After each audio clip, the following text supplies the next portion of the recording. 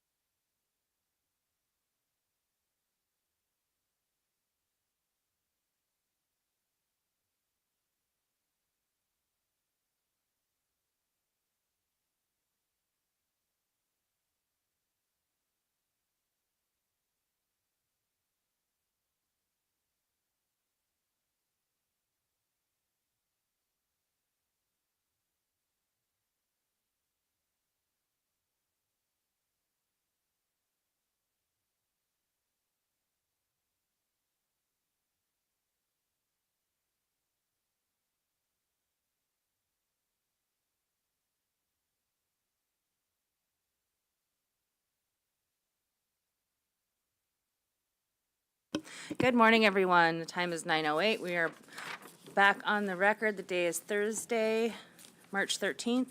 And we're going to go ahead begin today with Committee of the Whole Group 1. Give me a little second to give you a little information about committee process. So, for committees, we use parliamentary procedures that follow the New England town meeting style. Committees are intended to provide opportunities for additional information gathering and at times, hopefully, dispute resolution. Committees are not a forum for debate nor a platform for repeating information that's already been received through public testimony, and that's oral and written public testimony. During board committee meetings, advisory committee representatives may express both the official positions of their committee as well as their personal views. However, they must identify which of the two positions they're stating.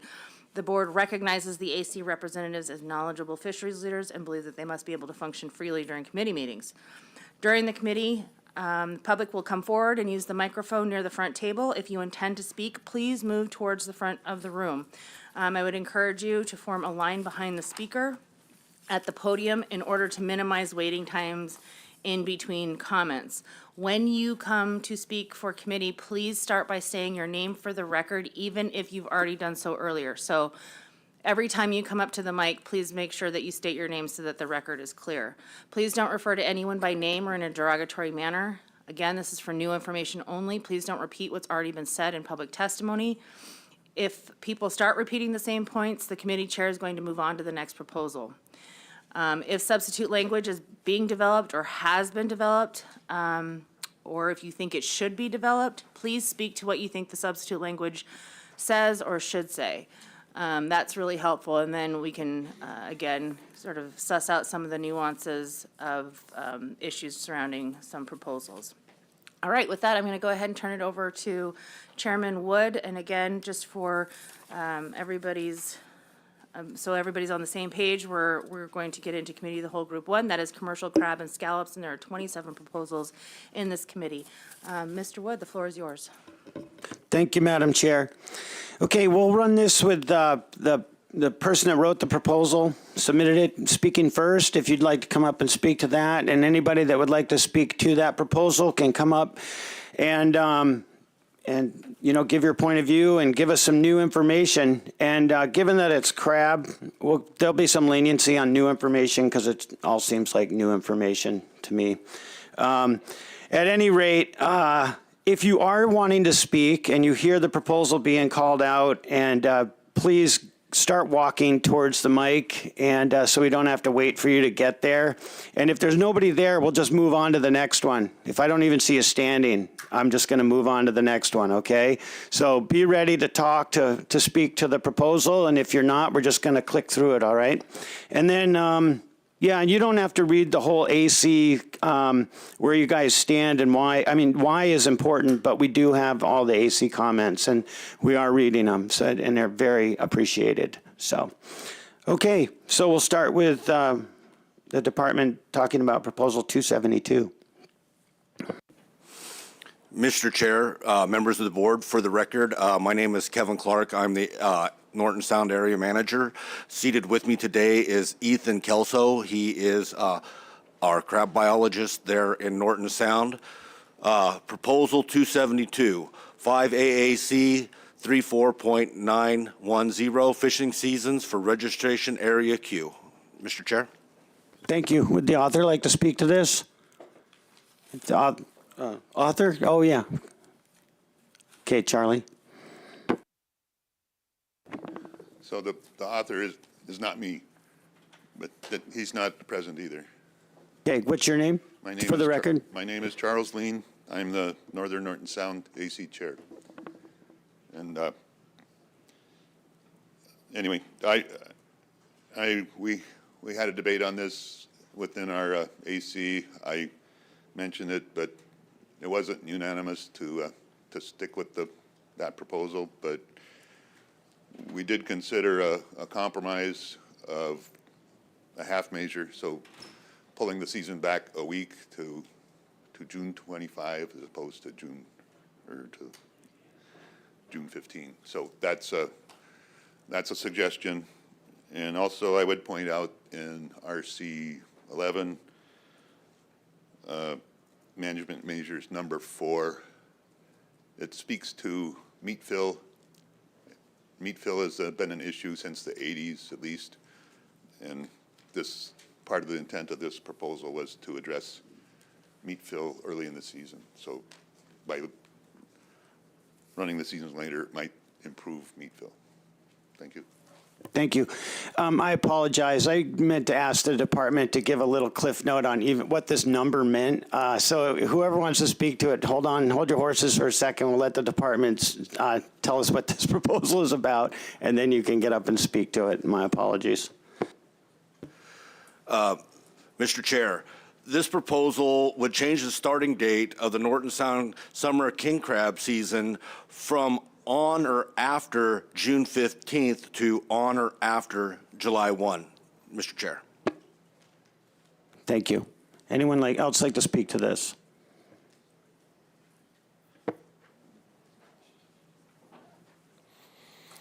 Good morning. Raymond May here for the record. I was able to participate in this fishery last year for the first time. I was able to start June 15th. On June 19th, I became aware that I no longer had markets and was scrambling with product on board to try to figure out what to do. I cooked up a crab as markets requested. I tested the meat. I did sent them all the pictures they wanted. Everybody was thriving with what we had. My biggest concern on moving this date is water temperature. You get to 55 degrees, you kill king crab. When I got there on June 14th or June 15th and started fishing, my water temperature was 36 degrees. When I left on June 13th or July 13th, my water temperature was 53 degrees. I was starting to sweat. Like, how do I keep these things alive for 1,200 miles? I think it's going to be detrimental to them if they start July 1. It runs into their salmon season, and when you get a quota so big, their market can only handle so much product in a day. Their market only buys from local fishermen and do not let anyone from the outside deliver. It kind of makes it a challenge for anybody else to utilize this public resource. Ray, can you speak to when you started fishing this last year, the year before, whenever it was, on June 15th, did you find that the crab were pretty full at that time? Yes, I got pictures on my phone I did it last year, and June 19th, I believe, is when the pictures were from, like, cooking them up to make sure that, because I started getting nervous and markets started questioning me when I wasn't that familiar with it. I never had an issue with my market at all on quality of meat or fullness. They were all pretty happy we got a recovery. Okay, thanks. I have a question, Ray. How was the crabbing? Was it pretty productive? I believe the GHL was like 483,000, but when you count out I don't know where the numbers were on the winter fishery and the CDQs that are awarded, but it took 28 days, I believe, to prosecute that fishery with about 30 registered vessels. Okay, thank you. And did you intend to sell there in Nome, or did you have customers you were delivering to the south? I had markets set up in Dutch Harbor to run them back there, and those markets went away after I'd start putting product on. Okay, thank you.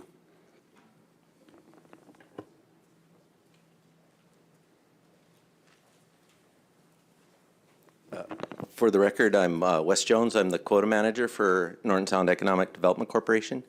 We own Norton Sound Seafood Products, which is the primary buyer for Norton Sound Red King Crab. And on this proposal, be it that the Northern AC supported it not unanimously and the Southern AC did not support, we are in favor of, if desired, a compromise, as Mr. Lean stated, would be acceptable to us in the middle ground of there. Just a note, this last summer's fishery was, we had a early sea ice out, and so that makes major differences. When our sea ice goes out in the spring, that can be anywhere from these days, the middle or end of April clear into the beginning of June, excuse me. So in that time frame, so you're talking almost a 2-month window of when things can start happening. So that plays a drastically changes how and when things are ready to be harvested, so to speak, in the spring. So thank you. Any questions? I have one. So if you, in the past, has this fishery changed dates by the department based on that sea ice cover? I do believe they have changed the opening date based on what sea ice was there at the beginning of June. The buyer, we have also chose not to buy at the very beginning and push back that date, based on what we're seeing from subsistence fishermen in terms of the meat fill. Okay, thank you. So it has changed, or there's been flexibility by the department working with the processor to change that date as it stands already? Yes. Thank you. Anyone else like to speak to this?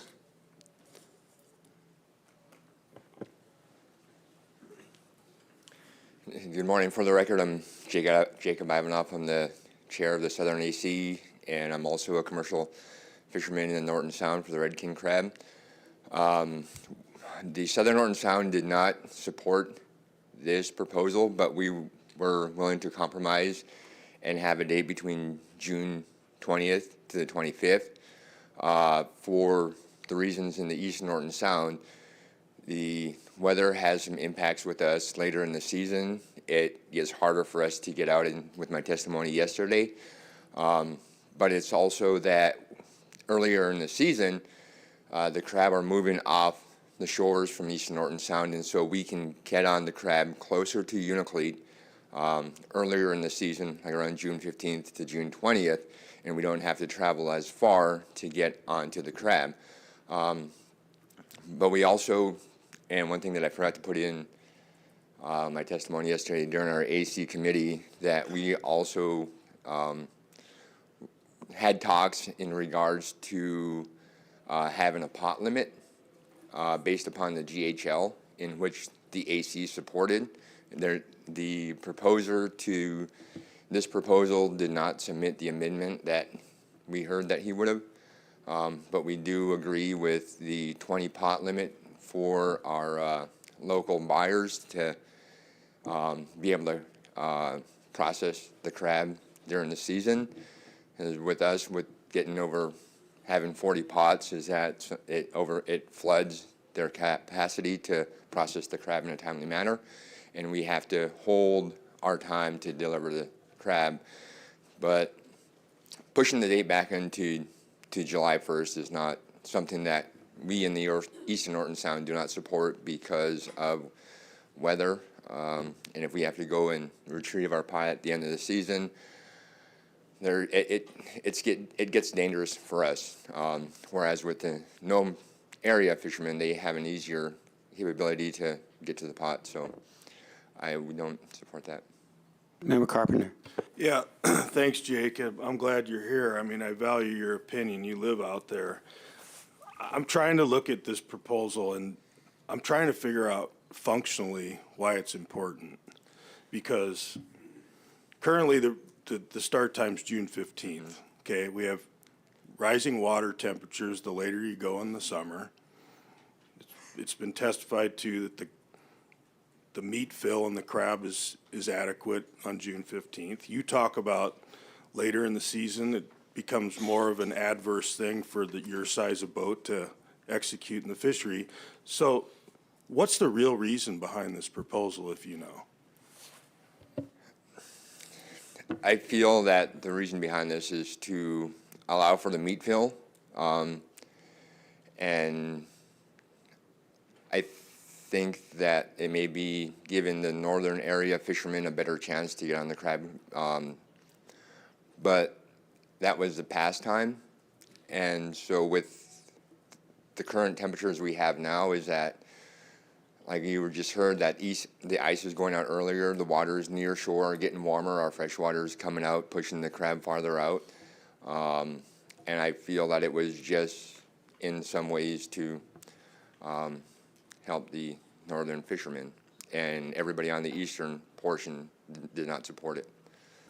That's very clear to me, thanks.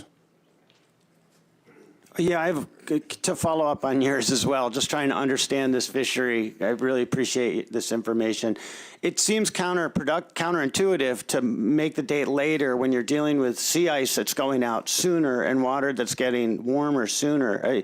And then you're saying the weather factor. I mean, are you seeing these warming tendencies as well? And I am. On my boat, I have a sensor that gets the temperature, and so later in the year, you're seeing like the water warming up, going anywhere from can't remember your name, but the guy that came up and testified showing the temperatures at 30 to 40 degrees, and then in July it gets up to the warmer 45, 50 degrees, and so I'm seeing the warmer temperatures, and we're trying to find the deeper waters. Where the water's cooler, but later in the season, in mid-July, it's like it does get a concern to me that, you know, with the warmer waters, is that we're having more mortality on the younger crab that are stuck in the pot. all right, thank you. Anyone else like to speak to this? All right. If not, we'll move on to 273. Mr. Chair, Proposal 273. This proposal would give the department discretion to open Norton Sound winter king crab commercial fishery on or after February 1st in years when a commercial fishery is scheduled. Mr. Chair. Thank you. Proposer, would you like to, is that all you'd like to say, Kevin? Okay. Hello, Charlie Lean again. I wrote this proposal for the the Northern AC.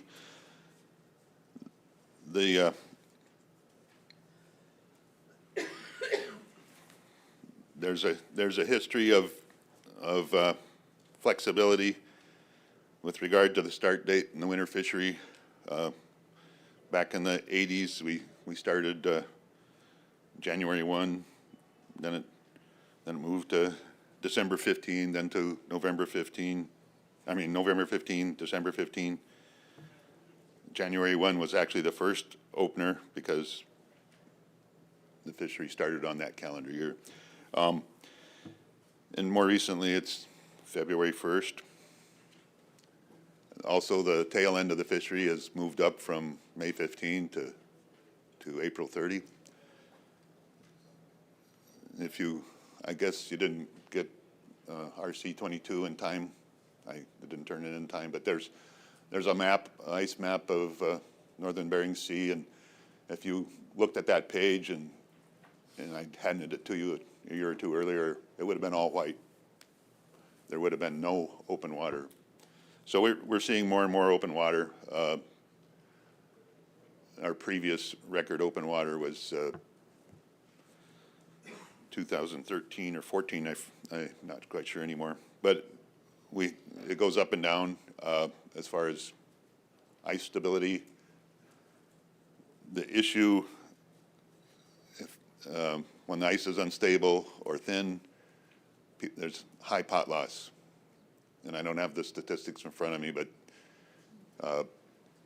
the department's numbers from pot loss often don't consider the final pick of the year. Sometimes the season closed, but actually the ice had gone out and everybody lost their pots. So nobody went in to get new pots or new pot stickers, so it wasn't recorded. So there's been some pretty heavy pot loss over the years. And I think that's a conservation issue. And if you consult the RC11, you can look at management action number 8 and number 9, and they both are in bold print that for extreme weather conditions, there should be emergency orders taken to deal with that, to reduce pot loss. And then number 9 says something to the effect that the board might consider taking regulatory action. So the ask here is to do emergency order openings sometime February 1st or later, depending on ice stability and the likelihood of pot loss. And it hopefully this initiates a discussion about who's in charge of conservation and when you have to draw the line and say the ice is just not good. So more and more, the ice is going away, and at some point, these winter ice fisheries are in trouble. So that's it. Thank you. Any questions? I got one. Charlie, is there biodegradable twine on these pots as well? There is. Yeah, I think I've had the same biodegradable twine for 6 years on mine. Okay. And then, you're afraid of that the pot loss could, conservation, I mean, you're catching crab, but with the twine that would biodegrade, there would be no crab being able to get caught in that pot, right? Do I have it wrong? I think you have it wrong.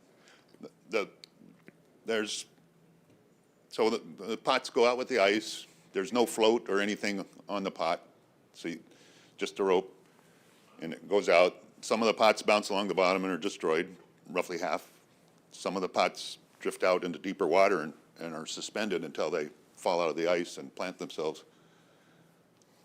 About half of those pots drift out into the summer fishery area. And then they can fish indefinitely, for a number of years.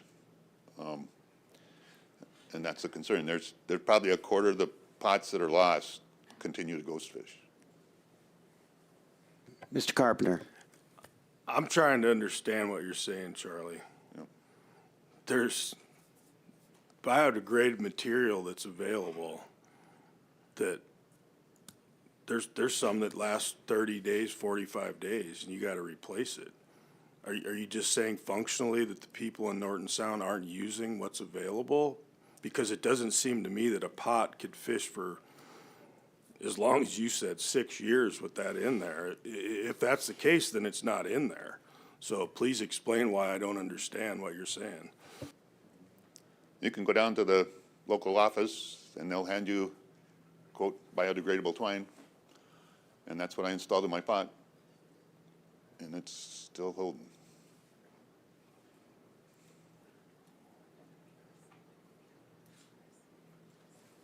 Thanks, Charlie. Thank you. Sorry, Greg. Sorry, Charlie. Greg has a question for you. So, yeah, I'm understanding what Member Carpenter is saying, but your pots are lasting longer, but are they submerged the whole time? Yes. Oh, so you don't pull them out, and then, so they're always submerged. I mean, I'm not talking about just the ones you're talking about, the ones you use every year, right? Yes. And they last 6 years, according to you, right?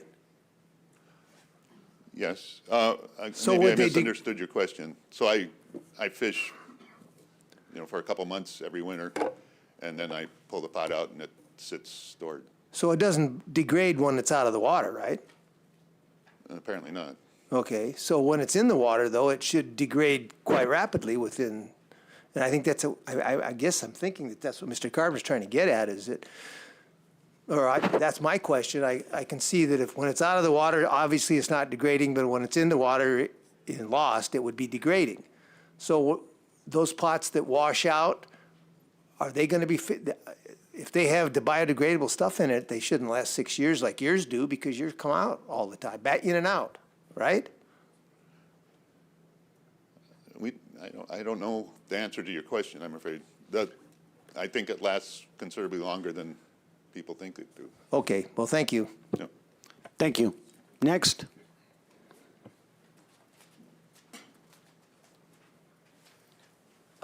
For the record, Wes Jones with Norton Sound Economic Development Corporation. One of the things about this this proposal, just to add in the February 1 on or after February 1 based on EO. Part of that is that this proposal, the season date change was amended at the 2000 crab meeting, and I believe that this part was inadvertently left out, that by emergency order was inadvertently left out at that time. There was many other issues that got rolled into the proposal, and that was this was basically just an oversight or an inadvertent left out during that action. By emergency order, if you go back through the regulations, that piece has been in regulation for the start of the winter crab fishery, you know, for 30 years prior to the change in 2020. And it was just an oversight, I believe. Thank you. Okay, thank you for that. Anybody else have a question? Thank you.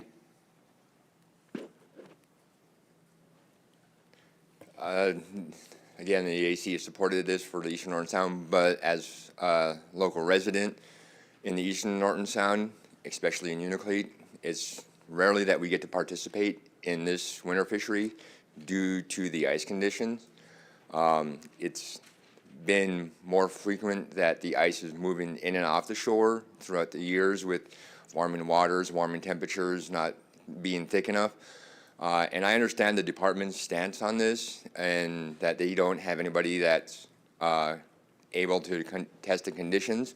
But if they just talk with the local buyer and local people and seeing what their thoughts are on the conditions of the ice, they don't need to be experts on this. I mean, it's just like, I understand that, but people that are within the Norton area that knows the ice can tell the difference. And I want to talk a little bit about with what Charlie was saying on the biodegradable twine, is that I'm a subsistence user, a commercial fisherman, and the twine does go out. Last year, I'm having to change my twine every year, even if my pots are in there just for a month. Even though that my twine is degrading, my pot was still catching pots when I was crabbing. And like mid-season, I had to change my twine on some of the pots, and I was only getting, well, I was getting like 40 per pot, but it's showing that they're still coming in and staying in the pot, even though your twine is degrading. But I do support that, giving the department the ability to do an EO based upon the ice due to the climate conditions. And so it's like where we're at now in compared to 20 or to 2000s, is like we're seeing constant change in the weather. I was taught by my elders on how to read the weather from our area, and we can't do that anymore. So these changes are affecting the ice conditions, and so you can see the ice and the instability of the ice. So I do believe that we need to make it to where it's an EO from the department and not open on the February 1st due to the pot loss, because there's big mortality with pots that are being lost in the winter fishery. I've got a question. So for you down in Unalakleet, would it be safer the ice be safer earlier than February 1st for your fishing season? No, it would be safer later in the year. I've gone in. I can go out there in like March timeframe or April. Sometimes, some years I got out there in April, but for us and up north, like in Shaktoolik and those areas, it's safer for them to get out there the end of February, beginning of March, because there's less wind and less shift in the ice. Okay, thank you. All right, any more comments? We'll move on to 273 or 4. Mr. Chair, Proposal 274. This proposal, if adopted, would increase the minimum legal male red king crab size from 4.75 inches to 5 inches in carapace width, and adjust escapement mechanisms to adhere to the new legal minimum size limit. Mr. Chair. Thank you. Would you like to speak to this, the author? Hello, Charlie Lean again. So the proposal didn't make it all into the proposal book. So the rationale behind this is to I should state that the market minimum is 5-inch crab. The legal size is 4 3/4-inch crab. The legal size has been pretty much the same since the year after the start of the fishery, 1978, until present. Although for the past 6 years, the market has demanded 5-inch crab. This came into play in 2019, 2020, 2021, when we had a high recruitment and very few older large crab. So the population estimate was saying there's a good number of crab, but in practice, fishermen were finding fewer crab. In fact, 2019, the season drug on and on and on, and it was finally closed by regulation at September. So the staff comments say that there'd be virtually no difference between the two size limits, 4 3/4 or 5-inch, in the coming year or the past year, and that's true because all the crab are beyond legal size. I don't think it will be true in the relatively near future. In about 2027, we're expecting a big recruitment. And we're hoping for a big recruitment. And then as far as escape mechanisms go, I played with proportions from fisheries to the south, Pribilofs, Bristol Bay, and other king crab fisheries. And the result was that if you were trying to upsize the escape rings to meet the 5-inch standard, they'd go up a 1/4 inch in diameter, and the mesh size would go from 6.5 inches to 7 inches. So basically my proposal said that I didn't think changing the escape mechanisms was worthy. So anyway, I think that's it. Thank you. Any questions? I've got one. Charlie, so from what you've witnessed, I mean, is there a you mentioned it's market driven, but is there a biological need to switch it from 4 3/4 to 5 in your opinion? It has to do with the population model and the determining the GHL. And that's, so if your legal limit's smaller than the functional limit, then you think you have more crab than you have. And you can, what happened was people kept fishing and scratching along and hoping to catch a crab that was big enough to sell, and there weren't any. And it's not economic, and it's biologically unsound to handle a bunch of crab. Hey, so basically you're questioning the department's modeling and how they apply this size. Right. I would like to see especially on high recruit years, a model that talks about the 5-inch functional standard, and I think that's worthwhile. You know, the market determines 5 inches. That's not really the intent of the proposal. Was not to change the functional limit. It's the modeling that's involved. Thank you. Anyone else like to speak to this? Okay. We'll move on to 275.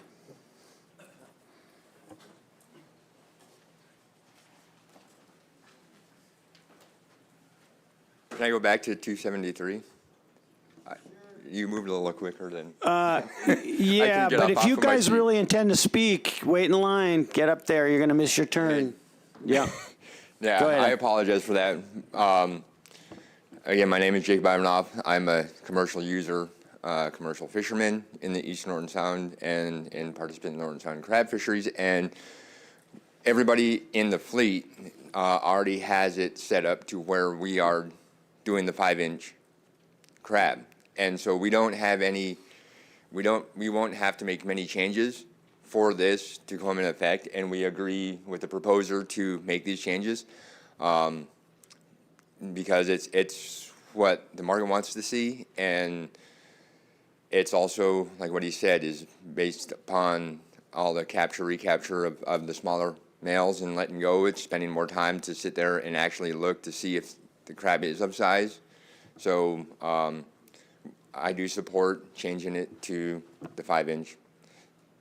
Since our fleet is already set and ready for that, it's not going to have any negative impacts on the commercial fleet in Norton Sound. So a lot of the fishermen do support changing it to the 5-inch. okay, thank you. Ray? Raymond May. On this proposal, I can live with either direction doing this fishery, but I look back and I go, a legal opelio is 3 1/4 inches. That's determined by the department. But market wants 4-inch.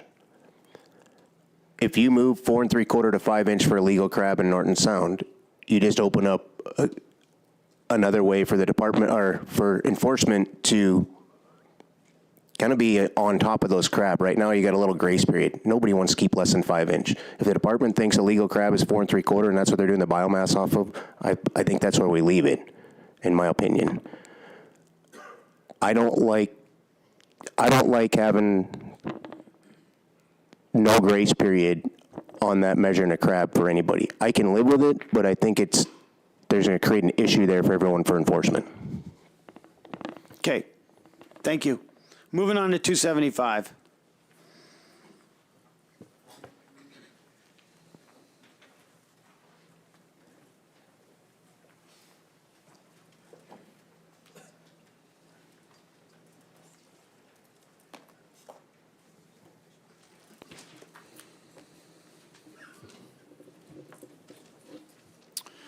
Good morning, Mr. Chair, members of the board. For the record, my name is Ethan Nichols, Area Management Biologist for Bering Sea, Aleutian Islands, groundfish and shellfish.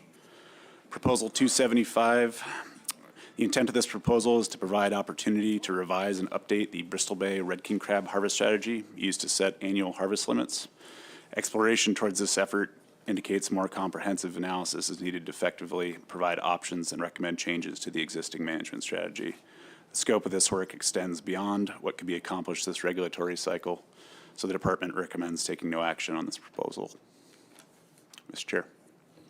Thank you. Department proposal, and they recommend taking no action. So anyone want to speak to it? Okay, we'll move on to 277.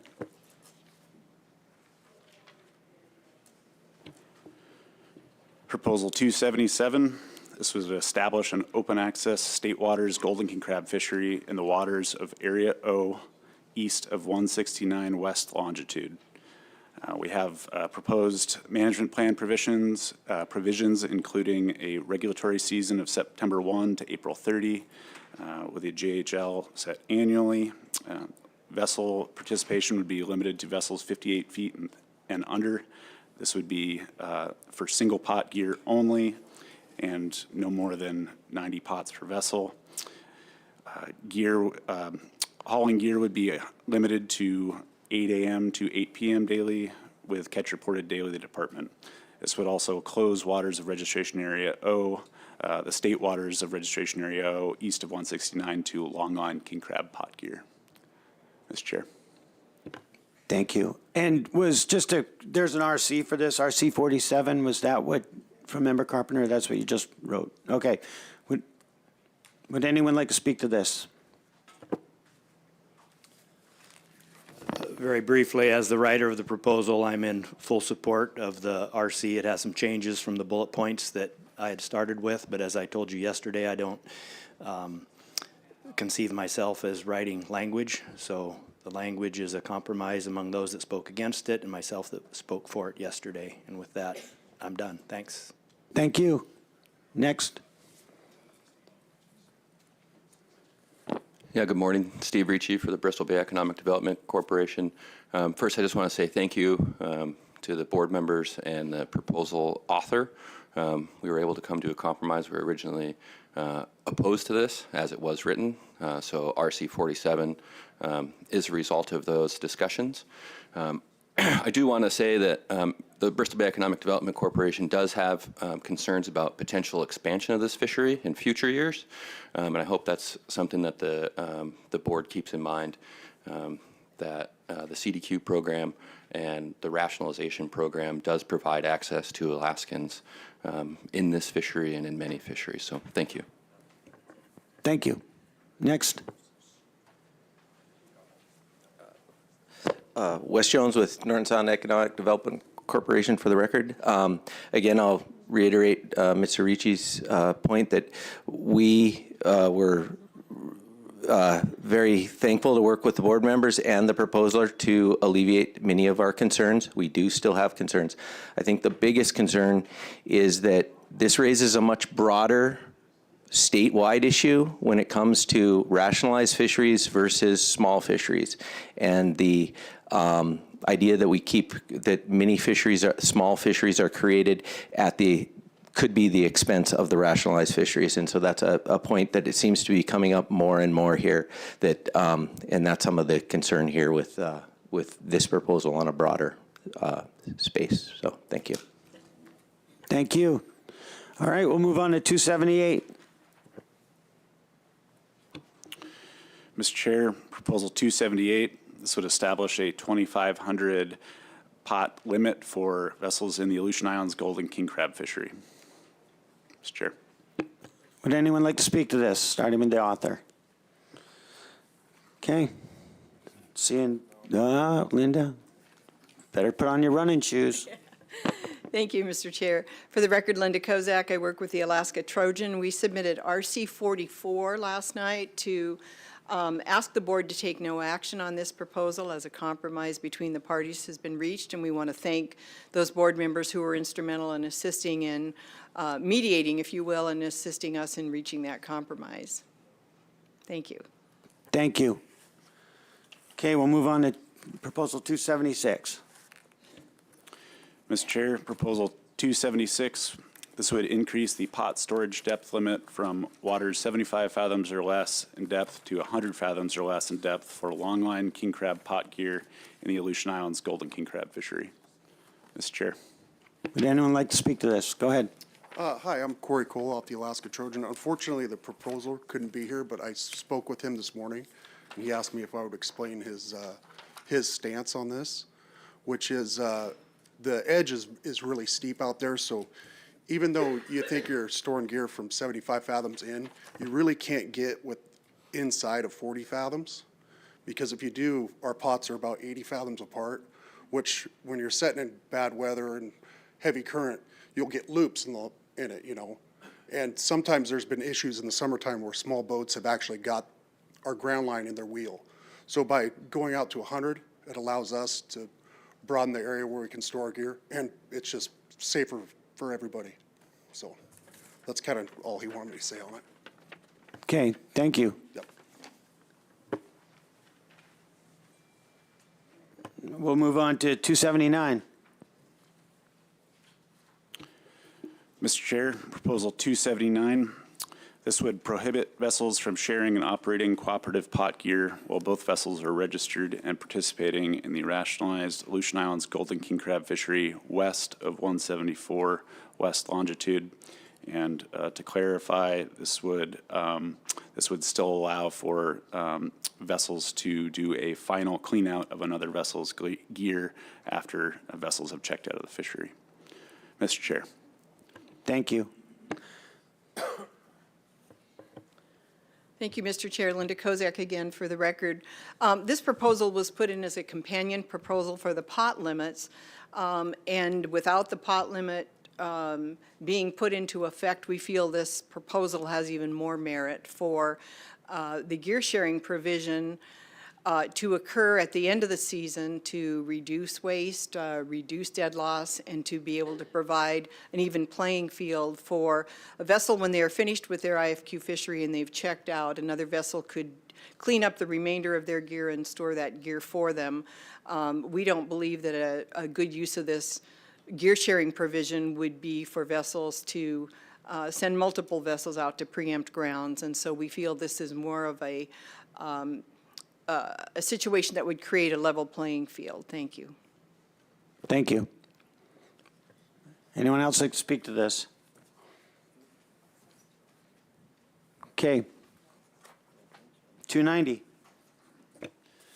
Mr. Chair, for the record, my name is Nat Nichols. I'm the area manager for commercial shellfish and groundfish fisheries in the Kodiak, Chignik, and South Alaska Peninsula areas. Proposal 290 would change the season opening date for the Kodiak District Commercial Tanner Crab Fishery from January 15 to February 20, Mr. Chair. Thank you. Would anyone like to speak to this? 290. There we go. Good morning. My name is Julie Kavanaugh from Kodiak. I'm speaking on behalf of myself. We're opposed to Proposal 290. I would note that the Kodiak AC was opposed also, 0 to 14.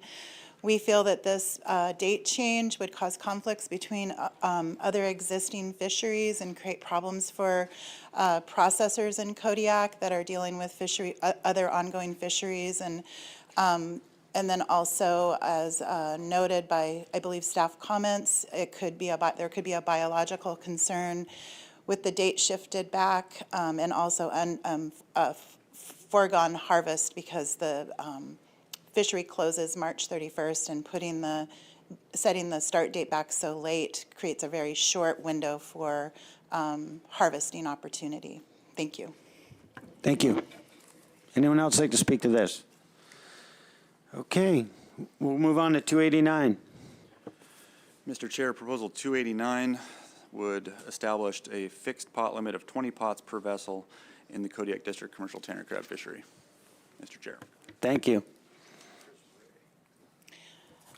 Good morning, Julie Kavanaugh. This time I'm speaking for the Kodiak AC.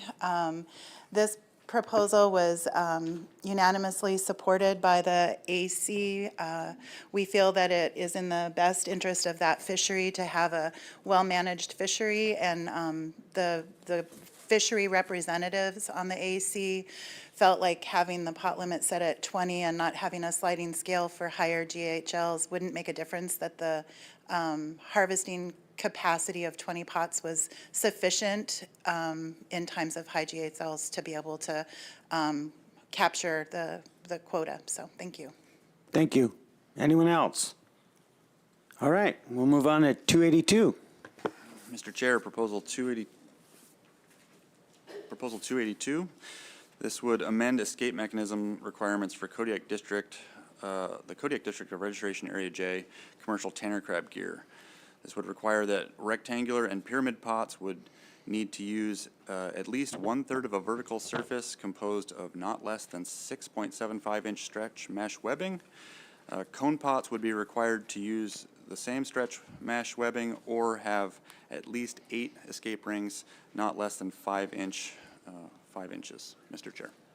Thank you. Judy, thanks for being there. Looks like I might be here for a few more. Good morning. My name is Julie Kavanaugh. I'm speaking on behalf of myself, and the actual proposer who wrote it is my husband. Since the inception of the Kodiak tanner crab fishery, the participants have freely accepted and desired different inefficiencies for this fishery for the health of the stock. They have daylight hour fishing only, the pot limits that we just talked about that we want to set at 20, and a fair start window so that all boats can fish at the same. So we voluntarily and almost unanimously agreed to all of these, and this is another step towards the conservation and protection of these stocks. In the language in the proposal is set so that I think that the verbiage is there for you to pass. I don't think you'd have to tweak anything or come up with an RC. Basically, what this does is it increases the mesh size on both cone pots and square pots and allows for sublegal and female tanner crab to be able to leave the pot easier, and it reduces sorting and mortality associated with that. So, and we feel like it would be a conservation measure. Thank you. Thank you. Anyone else like to speak to this? All right, we'll move on to 284. Mr. Chair, Proposal 284 would allow tanner crab catcher vessels to simultaneously tender tanner crab from other tanner crab catcher vessels in the Kodiak District of Registration Area J. Mr. Chair. Okay, Julie. Yeah, thank you. Julie Kavanaugh, speaking on behalf of myself. We would like to support RC 19 that requests adding Chignik and South Penn to this proposal, and also support RC 46 that has substitute language that includes all three areas, Kodiak, Chignik, and South Penn. We think that this would be a huge economical benefit to all these fleets, especially small boats. It would make them safer when there's weather windows, that there aren't weather windows available for transport, and we would appreciate your consideration. Thank you. Thank you. Your question? Julie, you said you supported substitute language found in RC 46, but there was one before that to roll in the Chignik South Penn also, I think you said. RC 19. Got it. And I think that's from a participant from that area. Thanks, I just wanted to make sure I had this noted. Thank you. Thank you. Any other comments? Oh, sorry. Good morning. For the record, Carlin Hoblet. As the department staff mentioned, the Kodiak, Chignik, and South Penn bear eye are very predictable and even, well, cyclical and predictable, but this proposal makes absolute sense when we're on either side of these peak years. For a brief snapshot, over the past 4 seasons, the South Penn mean poundage per vessel was 11,000 pounds, 22,000 pounds, 12,000 pounds, and 7,000 pounds. And when there are vessels participating that can pack up to 60, 70,000 pounds, and there are also vessels participating that can pack 6,000 or 8,000 pounds, it makes a lot of sense to be able to combine for safety and for financial advantages. On top of that, we have the market issues in the region. With this past season, initially, Sandpoint facility was not willing to take all of the fleet's crab. So we were scrambling at the beginning of the season to figure out where we were going to go or where we were going to take them, with hopes that if we only caught 5,000 pounds and had to run them to Kodiak, that we weren't going to go backwards, basically. So that's all I have. Thank you. Yeah, thanks for shedding light on the reality of that. Thank you.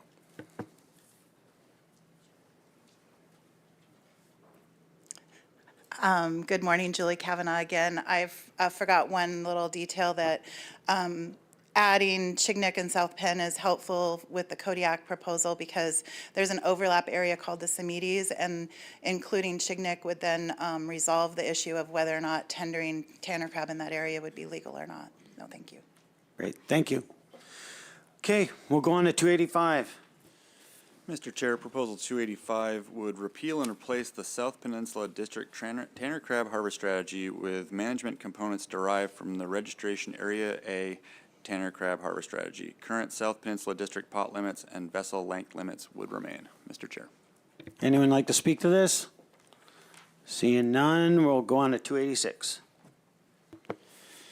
Mr. Chair, Proposal 286 would repeal the South Peninsula District Tanner Crab Harvest Strategy and replace it with a SciSec season management regime. Mr. Chair. Anyone out there want to speak to it? Okay, we'll move on to 287. Mr. Chair, for the record, Ethan Nichols, Department of Fish and Game, Area Management Biologist, Bering Sea, Aleutian Islands. Proposal 287 would adjust the annual Bering Sea District Tanner Crab TAC, or Total Allowable Catch, calculation in the regulatory harvest strategy. The intent of the proposal is to align the harvest strategy with a reduction in industry-preferred tanner crab size, otherwise known as the exploited legal male, or ELM size, from 127 millimeters, which is 5 inches carapace width, to a size to be determined by the department based on landed sizes from the previous open season's retained catch. It is unspecified in the proposal what measure or methodology the department should use to compute the ELM from the previous season's retained catch, although the proposal identifies that ELMs should be no lower than 4.4 inches west of 166 west longitude and 4.8 inches east of 166 longitude. Mr. Chair. Okay. Would anyone like to speak to this? Good morning, Mr. Chair and members of the board. I'm Jamie Goen with Alaska Bering Sea Crabbers. I submitted an RC this morning. As you heard in public testimony yesterday, we spoke to a 4.5-inch Western Bairdi size. That also aligns with a comment by the Crab Industry Advisory Committee in Public Comment 193. That's a group that's both harvesters and processor representatives that had agreed to a 4.5-inch size just for Western Bairdi. All of us agree that that would help better align with the legal size of Bairdi in the West, which is 4.4 inches. So the 4.5 inches would better align with that. It helps reduce our discarding, and also in the West, we're finding that crab mature at a smaller size. We think maybe, actually the department can answer this better, but we think it may be due to environmental conditions and water temperatures. But the crab are smaller in the West. Happy to answer any questions. Ms. Carpenter. Yeah, Jamie, what was that RC you said you submitted? What's the number? Do you know the number yet? I didn't see one before I came up here. I just Okay. submitted it this morning. All right, I'll look for it. And then the other part of my question is, do you think through your conversations with the marketplace, is there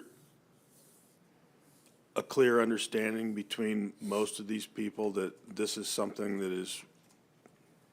that they want or that they're willing to accept? Through the chair, Mr. Carpenter, if you go in a grocery store in the lower 48, they will often market Bairdi as snow crab, and much of our market in the U.S. comes from Canada for snow crab, which goes down to 3.75 inches. So there's much smaller size in the market for the consumer, but we are trying to make a distinction for Bairdi in the markets because we think it's a more premier crab. It tends to be a little bit bigger than snow crab. Okay, thank you. I just wanted to add, it's not distributed yet, but it will be RC48. I just checked with our staff, so. Thanks, Art. You mentioned that it would align with other measurements and other crabs, other measurements elsewhere. Where was that? Yeah, what I was speaking to is it more aligns with the legal size of Bairdi in the West. So the legal size is 4.4 inches, and then the industry preferred size we're asking for is 4.5 inches. Thank you. Next. Good morning. My name is Sinclair Wilt. I'm with Westward Seafoods. We have 2 crab processing facilities in Unalaska Dutch Harbor. While I haven't seen the new RC submitted this morning, in general, we are opposed to reducing the size. It hinders the market, whether the last speaker says it's marketed as snow crab or not. It is marketed by size. There is division as we process into size ranges. So the smaller the average pack, the lower the value.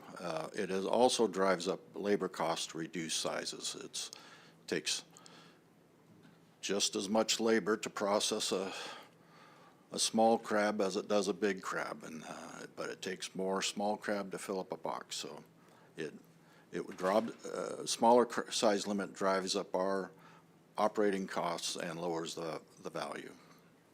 For this, we're opposed to any size reduction. Thank you. Any questions? Okay. We'll move on to 288. Oh, go ahead. Better boogie. Standing on the wrong side of the room. Thank you. My name is Jim Stone. I'm a crab fisherman, Bering Sea, and I approve of this, hope you pass this. I think one misnomer is that the western Paradise section is kind of a misnomer being west. It's actually more north. And those are much smaller animals. They're the same ones we catch down here in the Gulf. They just, colder water, they don't get as big. Some of these will never reach past 4.5 inches, the terminal molt, especially the farther north we go. On the, as far as the processing side goes, we thought that processors were in favor of this. They went to the PINCIAC meeting and approved it. I understand there's some concerns about pricing. We'll try to work with processors and try to get something that's more equitable to them, but that's all. Thanks. Okay, I just got a question for you. So just to clarify, you're saying that they are maturing, you're finding that they are maturing at a smaller size on average now, and that's why you think this would be worth it for you? The western section, which is really the northwestern portion, yes, they do mature at a much smaller size. They just don't get bigger. Great, thank you. One more point for the record, Jamie Goen with Alaska Bering Sea Crabbers. Just wanted to highlight that our fishermen are bringing in 4.5-inch Western Bairdi this year. So they are already coming in. What we're asking for through this proposal is to get credit in the TAC calculation so that our harvest levels could accommodate that. Thank you.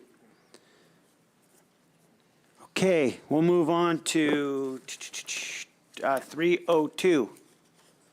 Is that right? Mr. Chair, I think 288. Oh, thank you. Lost track. Thanks for keeping me in line.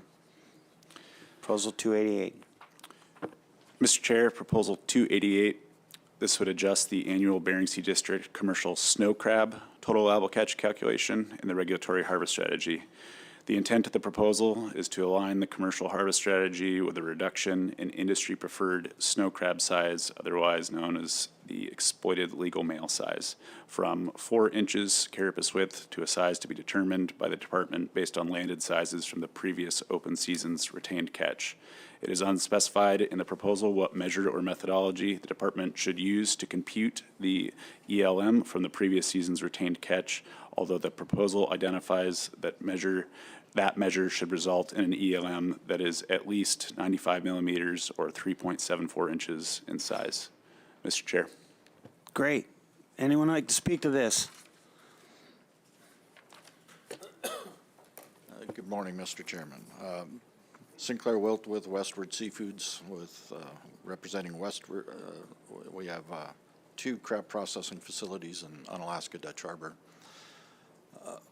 For the same, my comments for the last proposal apply to this too. We're opposed to reducing size. I've processed many millions of pounds of opilio or snow crab in my 48-year career, and the speed you can process if you have a 1 pound average versus you get a 1.3 pound average is quite a bit. Our labor costs go up if smaller crab are delivered, so that's just to be consistent with my prior testimony. Thank you. Any other questions? Any other comments? All right, we're going to take a break here, 10 minutes, and we'll finish the other half of this. Whoop. Thanks.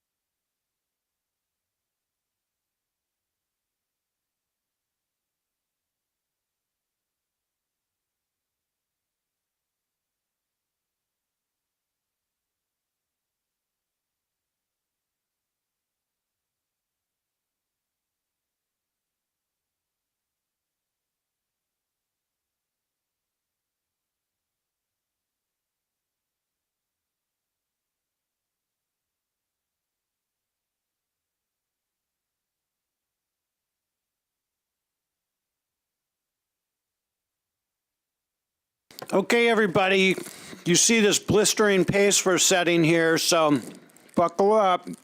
We're going to start with 291 from the department, and then be ready to get up and testify. Thank you. Yeah, no?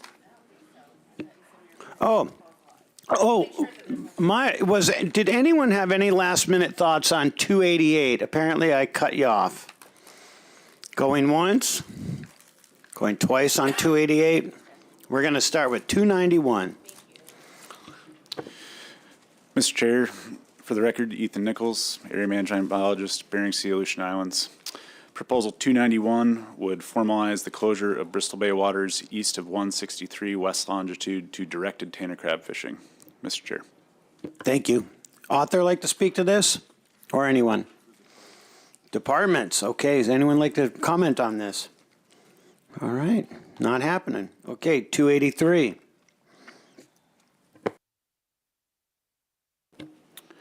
Mr. Chair, Proposal 283. This would allow commercial snow and tanner crab pot gear to be long-lined in the Bering Sea District. Mr. Chair. Anyone like to comment on 283? Going once, twice. We're on to 292. Mr. Chair, Proposal 292 would amend Area J tanner crab landing requirements by removing delivery timelines while still specifying that vessels with tanner crab on board may not be used for any purpose except for traveling to port to make a delivery. Mr. Chair. Thank you. Anyone want to comment on 292? Oh, man. Silence. All righty, we'll move on to 294. Mr. Chair, we're moving into Dungeness now. Proposal 294 would establish a 58-foot vessel length limit for the Alaska Peninsula District commercial Dungeness crab fishery. Mr. Chair. Thank you. Any comments? Here we go. Morning. For the record, Ernie Weiss. I guess speaking today for the proposer. He can't be here. He's out fishing.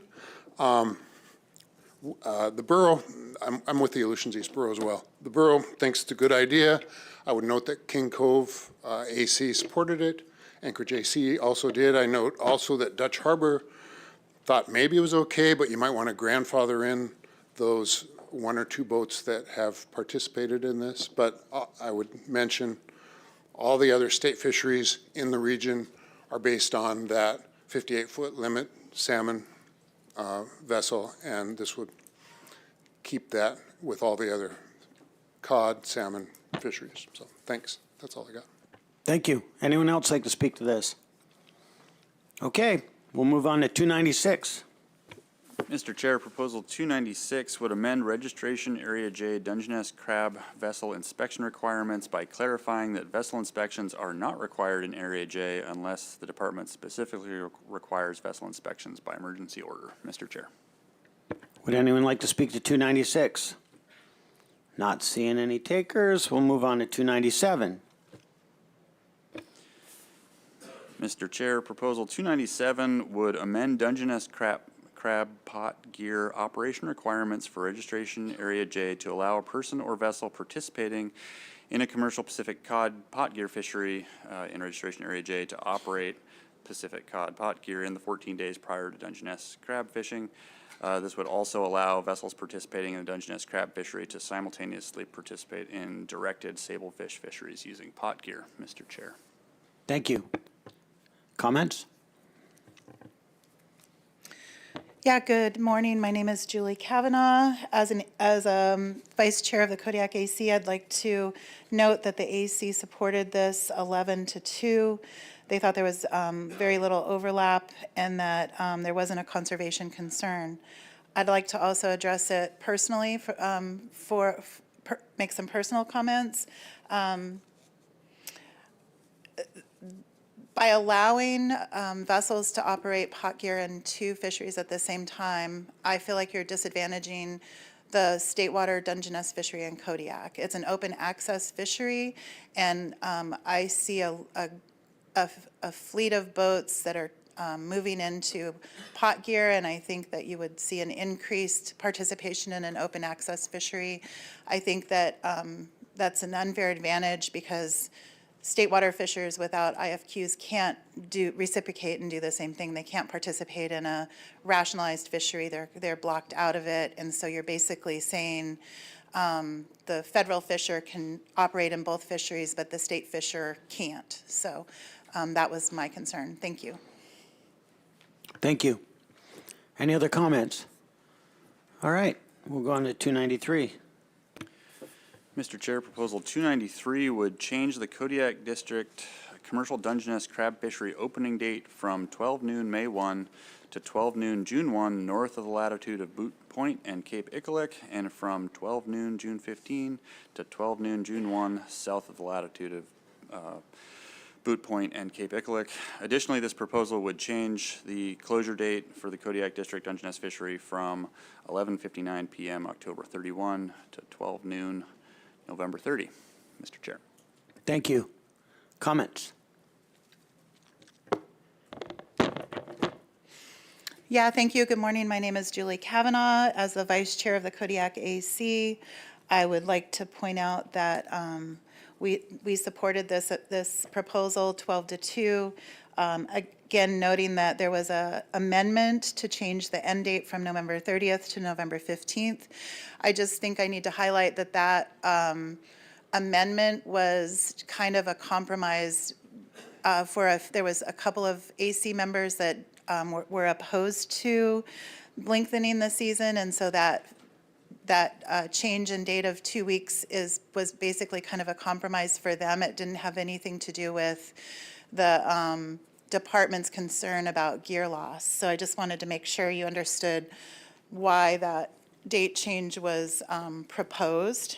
And then I'll go into my personal comments, if that's okay. Definitely need to delineate between my two jobs as an AC member versus being making some personal comments. So proposal 293 was proposed by my husband, changing the start date from May 1st to June 1st was to acknowledge the fact that there's a high percentage of crab that have soft shells. In May, they are just crawling out of the mud, and due to their condition, they are more vulnerable, and there is potential for higher dead loss. So in May, there's more sorting, there's more maybe mortality associated with that sorting, and also the start date changing from May 1st to June 1st allows for vessels for the whole island to have a fair start. Right now, there's two different start dates, and they start in one area in May, and they start in another area, and I can't remember the start date for the south end, but putting the start date at the same time in June spreads the fleet out, and it encourages them not to get compacted into just certain bays. It'll spread them out over a period of time. I also wanted to address the concern for gear loss later in the year that staff said. So in March of 2022, the board implemented a 500 pot limit in Kodiak for Dungeness. Prior to that, there would be boats that had anywhere from 1,000 to 1,200 pots on the grounds, and we feel that this new pot limit has prevented gear loss in the fall because boats don't have to make as many trips to bring their gear home. Gets a little bit more difficult if you're pushing out, going in and bringing your gear in, and then have a weather window that prevents you to get down there. With this new pot limit, we have like an unintended positive effect. Basically, 2 trips is all it takes for some of these vessels to bring their gear in. And so we feel that this concern for gear loss is mitigated with the pot limit that the board implemented in 2022. And we would, and anyways, if you have any questions, I'd be happy to answer them. I do not want to note there is 1 or 2 operators in May that do harvest fish in May, and they would be adversely affected by the state change. But we think that the biological advantages of changing it to June 1st is something that should be considered by the board. You have a question. Oh, Hi, Julie. So I think you might have just touched on it, but my question was going to be, is this going to present conflicts with salmon, either for those that harvest or tender? You know, and I'm just kind of curious. Through the chair, thank you. I think that what I would say is that being able to put your Dungeness gear out prior to an opening, a salmon opening is definitely helpful, right? Right now you can go out and put your gear out anytime in May, and then salmon starts in June. But I think that the overlap of a salmon opener and a June 1st start date for Dungeness is very minimal. We've only ever, I can only ever remember 1 year where we had a salmon opening in the first week, like in the first of June or prior. I think you'd have to ask staff, but I think it was 1 year where we were open early enough where it would cause a conflict. Yeah, so it's not just like the salmon openers around the island, but if there are boats that are tendering in Bristol Bay, for example, and need to be on contract by, early June or something, I don't know. Was just kind of wondering if that's something that we might residually hear about, back to unintended consequences. I don't know. I just was curious if you had any insight to that. Yeah, thank you. I guess you are the chair. Right now. Oh, okay, through the chair. I have no knowledge of a boat that goes fishing in a different area that would need to set their gear, because if they were setting their gear and then going fishing elsewhere, they wouldn't be able to tend their Dungeness gear. So you wouldn't leave gear in the water and then be gone for 6 weeks to Bristol Bay. That's just not something that can happen. Yeah, I get it, but if you have a May 1 start date, they could set their gear May 1, tend to their gear, retrieve it, and then head to the bay. I don't know. I was just curious, so. But Yeah, I think the number of operators operating in May are really small, and I think that's, you could also say that extending the season in the fall would add additional opportunity for those same vessels to fish after salmon ended. So you could say that you're balancing that effect. Thanks. I had a question. It said the Kodiak AC wanted some amendments of the change of dates. And they were different than the proposal. It was like June 15th and November 15th. Can you address that? Yeah, so when we were talking about it, there was a couple of AC members that had some concerns that extending the date farther in the fall would add some stress on sport and subsistence fishing. And so they just didn't see any advantage to their sector to have the commercial sector have an extended season. And so there was the amendment that you see there from November 30th to November 15th was to try to maybe just come to a compromise. I think that was the only reason for that amendment. There wasn't any concern by the fleet or our staff that I'm aware of. It was just maybe to see if we could get everybody on board for the proposal, but that was not, we still had the same members concerned with that. So it was brought up in discussion at the AC that subsistence and sport is a 12-month fishery, so they do have access for a full 12 months and have, I think they can retain 12 crab a day. I'm not sure if that's the right number or not, but so both sides didn't agree on what was reasonable access on that. So, but that amendment language of November 15th was for that purpose. It didn't have anything to do with staff's concerns or anything. It was just specifically that. And then I did at public testimony point out that in our support language, there was a typo of having the start date be June 15th. That we never did have an amendment for June 15th. It was always supposed to be June 1st. Okay, any other questions? All right, thank you. We'll move on to 295. Oh, better move fast around here. Hello, my name's Brian Blondin. I've been fishing Kodiak Dungeness for 15, 20 years, and my father and uncle have been fishing for 40 plus years. There is boats that fish in May until like June 15th. They go to Bristol Bay, go to Chignik. Biological reasons, when the crab don't come out of the mud soft, they come out hard, they get soft, they molt. They molt in May, June, July, and August, and September. Different bays, you got sand crab or mud crab, they do it at different times. It's a pretty unique area. I think the proposal is trying to get more area or more time in the Southwest District because it starts at June 15th, a month and a half later than the east side. So I think if they want more time, they can start earlier. I agree with that. Salmon, there's been recently, not a big, starting in June, but it's 700, I think she said 5, it's 700 pot limit, and it takes a while to get all your gear in the water and fishing before you want to hit a salmon opener. And yeah, that's all I got. Okay, thank you. Okay, you gonna speak? Yes. All right. Jason Blondin, Kodiak resident, Dungy fisherman for 20 years. I would like to make sure you guys consider the opening it in November. The department had an issue with it and closed it because of the ghost fishing and the lost gear. And I'm a small boat. The proposer and some of the people he talked to that thought it was a good idea are all very large vessels. So it's not much of an advantage for us to take away May with longer days and nicer weather to add it on in November.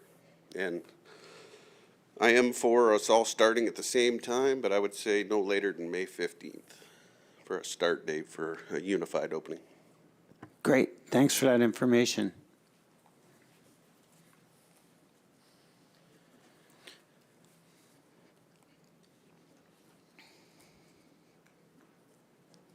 Go ahead. Yeah, thank you. I apologize, I got the number wrong on the pot limit. You got to do your name again. Oh, sorry, Julie Kavanaugh, thank you, from Kodiak, speaking for myself. I apologize, I got the pot limit number wrong. I definitely shouldn't have done that. And I think that we would prefer a January fair start.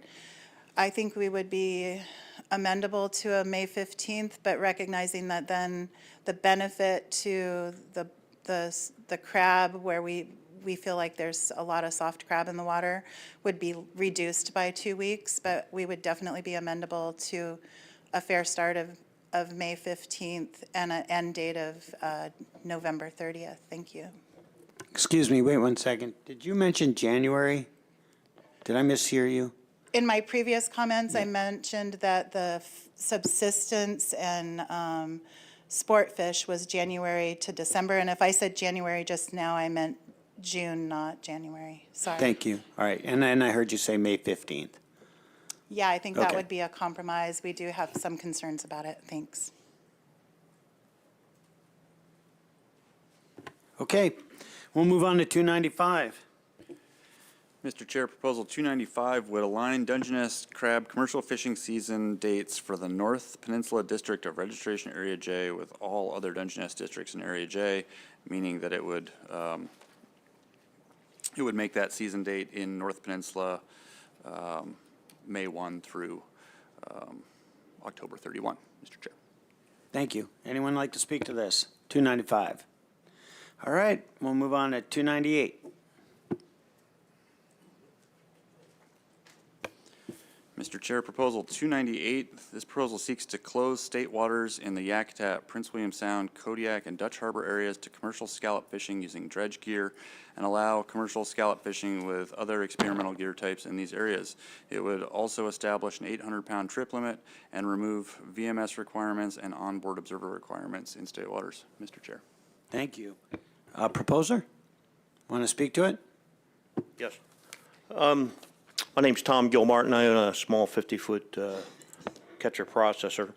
And I put that proposal in for this, and it says here, amend state water scallop weather vane management plan. There is no state waters management plan for scallops. This is the one that was let sunset by the legislature, and it's only used to run the federal water fishery that the state manages. So we need to form a state waters management plan for scallops. And then we could add all these suggested changes to this in my proposal here. Okay. Okay. Any questions? Thank you. All right. More comments?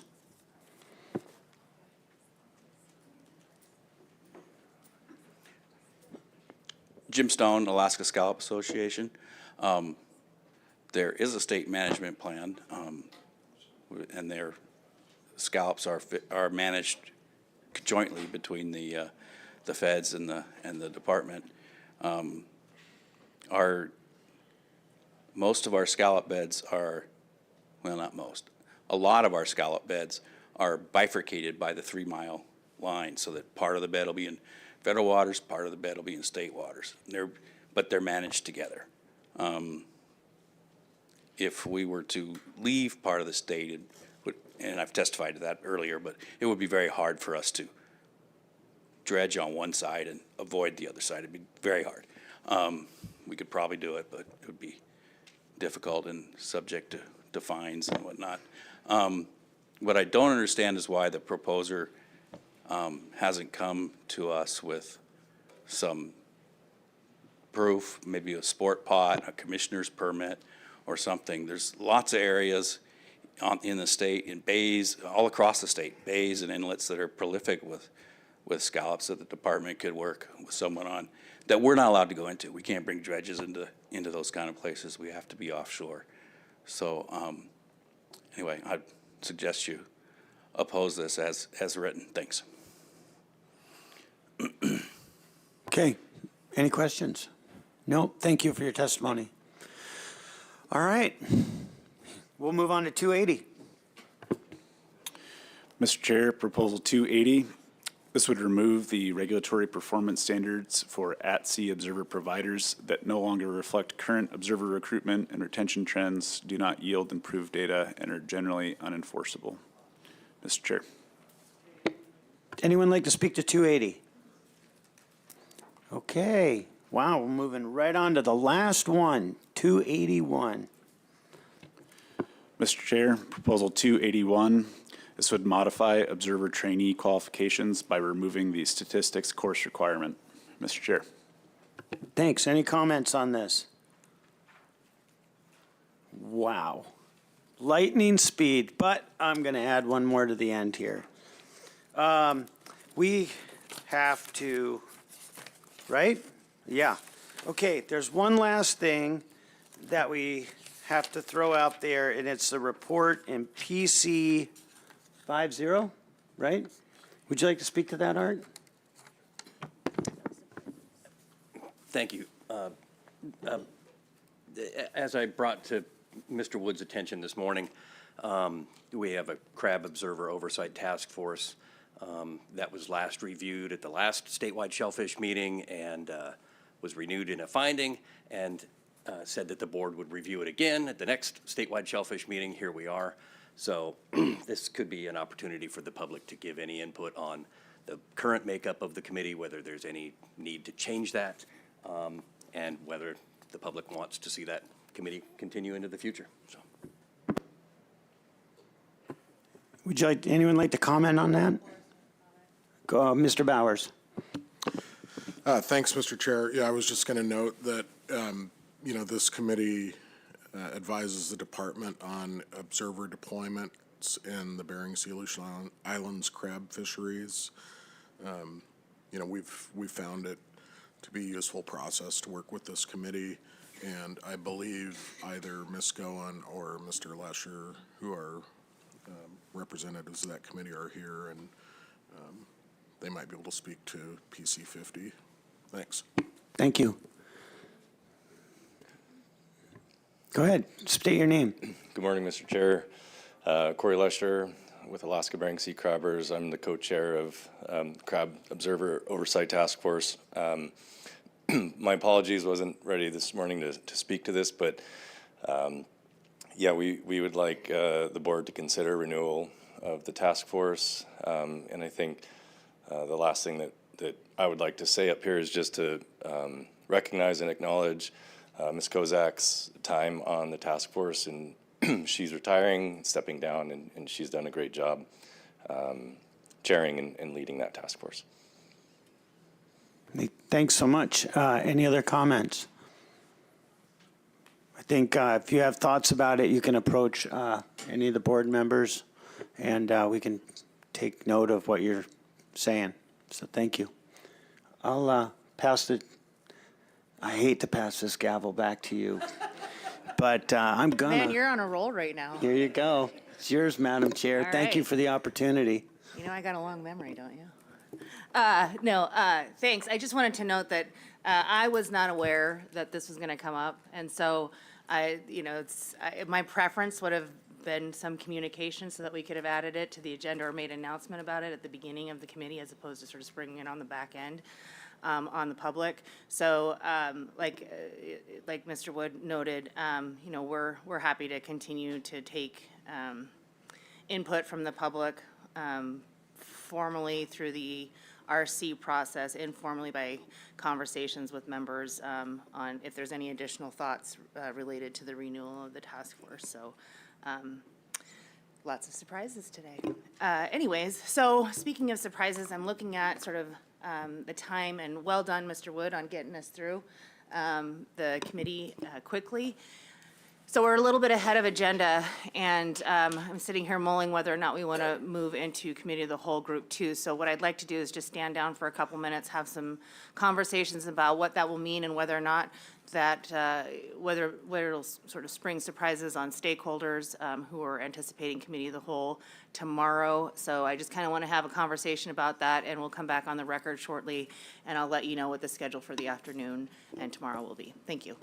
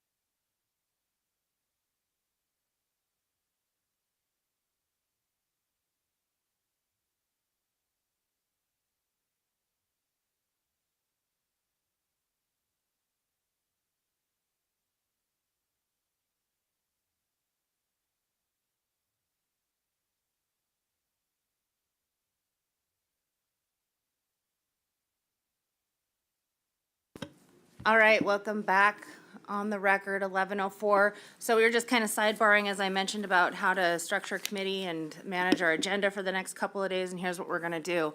We are going to take a long lunch break today and come back on the record at 2 p.m. to do Committee of the Whole Group 2 work. And then we will break for the day, after we complete Committee of the Whole Group 2, which is subsistence, sport, personal use, shellfish, and Prince William Sound and Kodiak shrimp.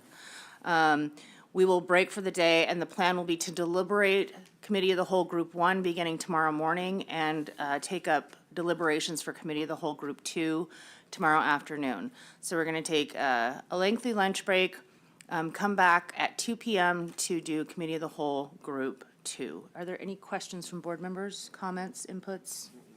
Okay, very good. We'll see you all back at 2. Thank you.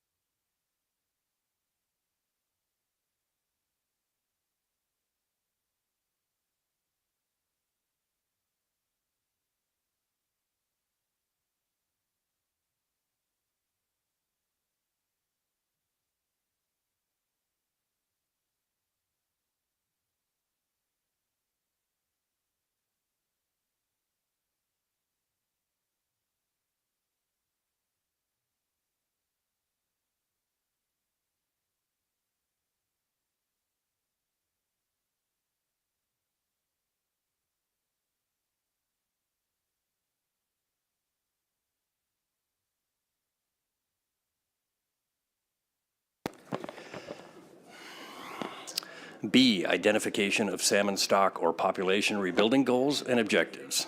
C, fishery management actions needed to achieve rebuilding goals and objectives in proportion to each fishery's use of and hazards posed to a salmon stock. Description of new or expanding salmon fisheries.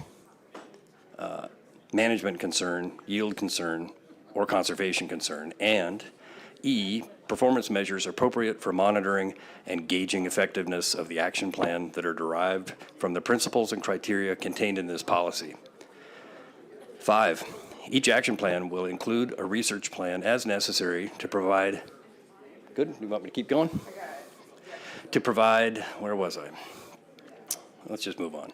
6, where actions needed to regulate human activities that affect salmon and salmon's habitat that are outside the authority of the department or the board or board shall correspond with the relevant authority, including the governor, relevant boards and commissions, commissioners, and chairs of appropriate legislative committees to describe the issue and recommend appropriate action. Me? E, nothing in the policy under this section is intended to expand, reduce, or be inconsistent with the regulatory authority of the board. No, you guys are killing me. Are we good, Annie? No? Still? You want me to be on the quiet mode still? Expanding fishery means a salmon fishery in which effective harvesting effort has recently increased significantly beyond historical levels and where the increase has not resulted in natural fluctuations in salmon abundance. 12, expected yields means levels at or near the lower range of recent historic harvests if they are deemed sustainable. 13, genetic means those characteristics genotypic of an individual or group of salmon that are expressed genetically. We good? That's what's going on.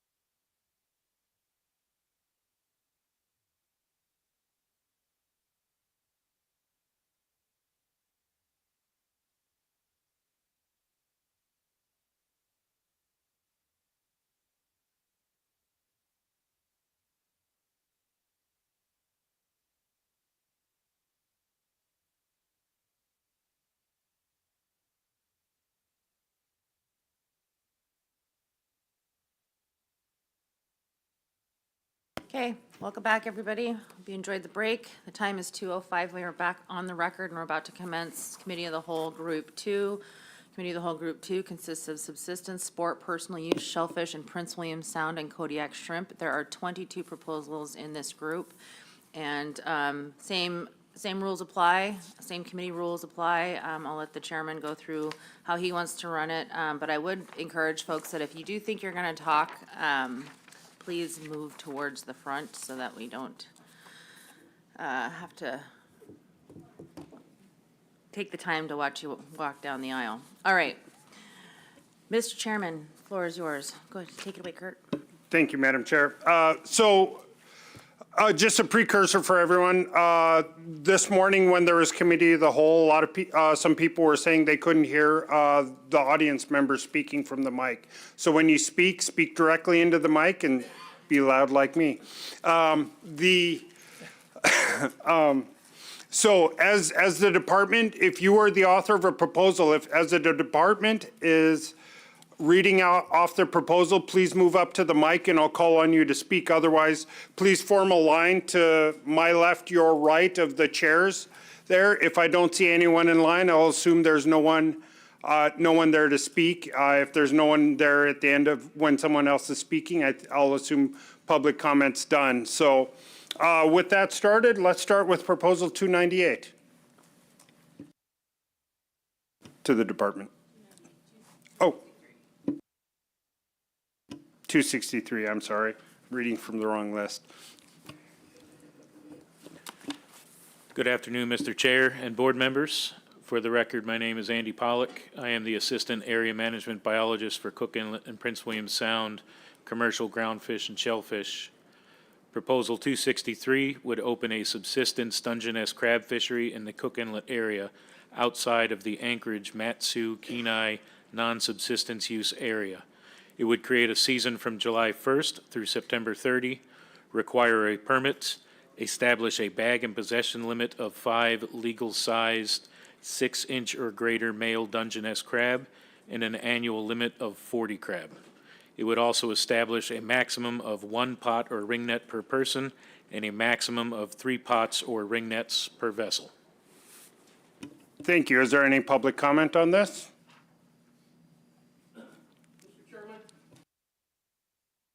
Announce your name, if you will. Oh, turn on the mic, if you will.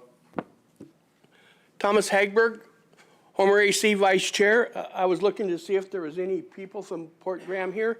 I hate to be the one to speak for them, and I'm not really. I'll just tell you what the Homer AC position was. We were in support of this for that native villages that are way down on the end of the peninsula. They're not competing with anybody. They have very strict limits, as they've already read. So we were in favor of that position on 263 unanimous. Thank you, Mr. Chairman. Thank you, Mr. Hagman. Hi, again. I'm Maddie Lee. I'm the tribal fish biologist for Chugach Regional Resources Commission. I'm representing both Port Graham and Nanwalek for this proposal, and I am the proposer and support 263 passing with the amended changes that I submitted in an RC. Go ahead, Tom. Thanks. So I guess my question is this. I see your substitute language that you talked about in RC 23. Have you approached a board member to try and work on formalized substitute language, just so, you know, want to make sure that's in the works if you are? Yeah, I've been working with Chairwoman Carlson Okay. Bondort. Okay, thank you. Any further questions? Seeing none? Oh, Mark, I'm sorry. Maddie, can you just state on the record a little bit what is in, what you're proposing, what changes you're proposing in the RC, please? Yeah, so the changes that we'd like to see based on community interviews in Nanwalek this past summer is having a season that is year-round to reflect what has been traditionally harvested in the past. We're also looking to have the size be 6.5 inches, which would reflect regulation across the state for Dungeness crab. We'd also like to have the daily bag and possession limit be 12 male Dungeness crab, which again would reflect what just passed in Prince William Sound. And then we're going to also have a pot used to take Dungeness crab under this section that has at least 2 escape rings that each are not less than 4 3/8 inch, and no more than 1 pot or ring per person, with a max of 3 pots or rings per vessel may be used. Thanks. Seeing no further questions, thank you, Maddie. We'll move on to the next proposal, which is 265. Mr. Chair, Mike Booz, Lower Cook Inlet, Sport Fish Area Manager out of the Homer office. Proposal 265 is seeking to establish a sport Dungeness crab fishery for the Cook Inlet Res Bay area. Mr. Chair. Thank you. Is there any comment on this one?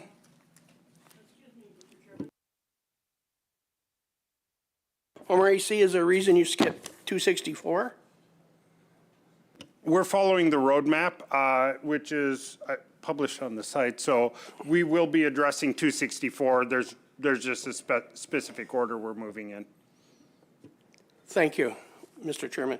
264, 265, Homer AC took these up kind of as a pair.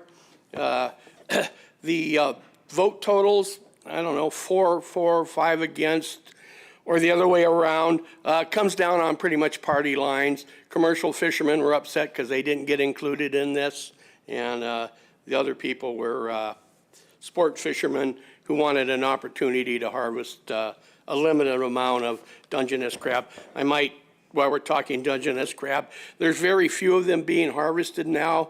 Most of the people are fishing tanner crab in very deep water, 350, 450.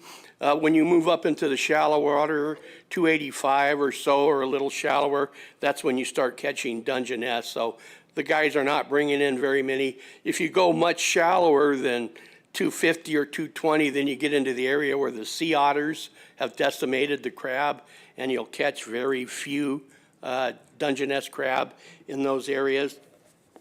So I'll speak further on my proposal, which was 264. Mr. Chairman. Thank you. Is there any further questions on 265 or anything from the board? Seeing none, we're going to 264 now. Mr. Chair, Proposal 264 would allow the harvest of 7-inch male Dungeness crab within the Cook Inlet Res Bay area. Go ahead, Thomas. Thomas Hagberg again, Mr. Chairman. Again, my testimony for the advisory committee, 4-5, 5-4. Commercial fishermen opposed. They want a fishery. This proposal would allow for the retention of a small amount of large male Dungeness crab as part of the very restrictive fishery we have currently on the tanner crab. The 2 pots per boat, 3 crab per day, 20 crab in a season is the limit on tanners. This would allow part of that 3 crab a day limit, 3 crab a day, one of which may be a large male tanner crab, and 20 a year, 5 of which may be a large male Dungeness crab. And I picked 7 inches because that is really a large male Dungeness crab.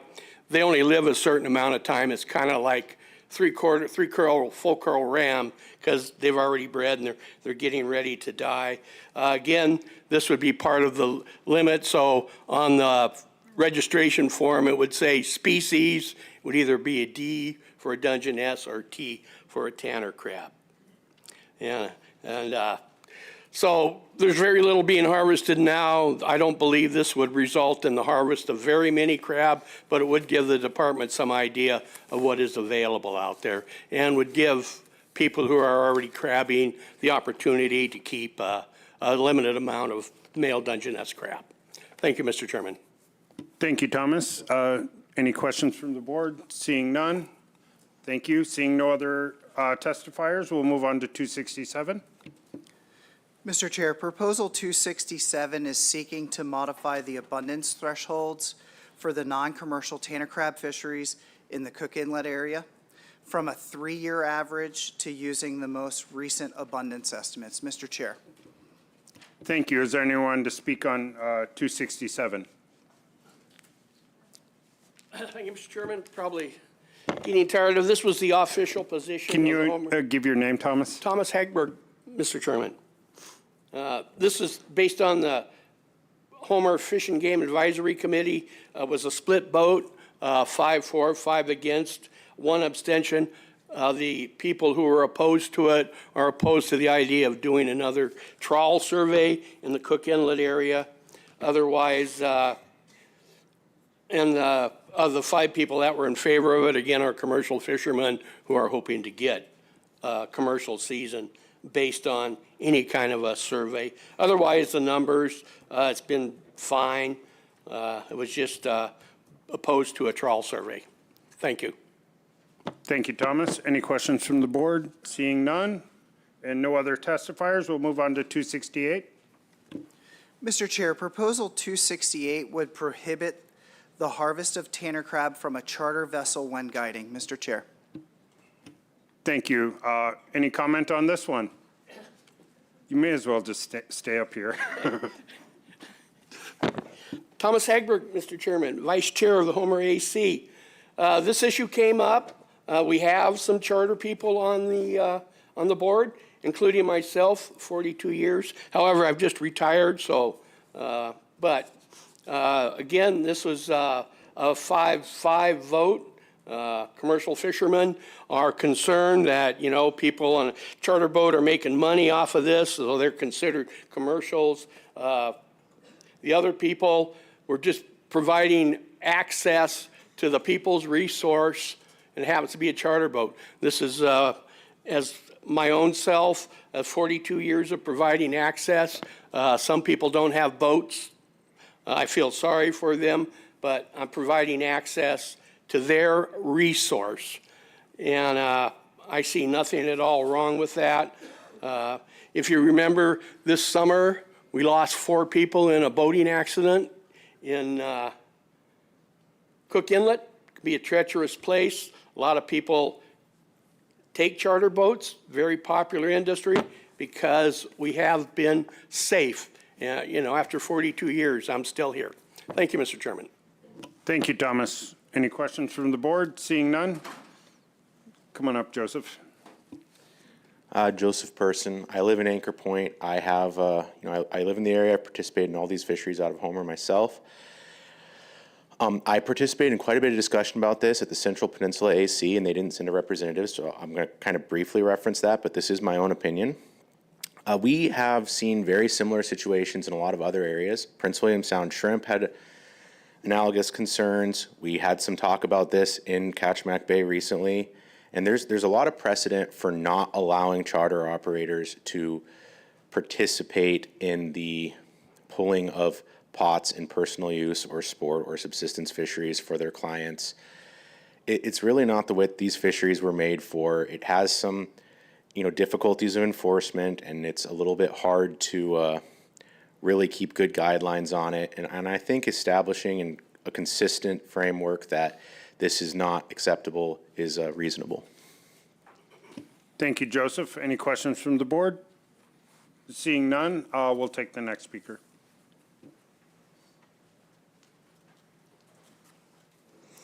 Bruce Bowman.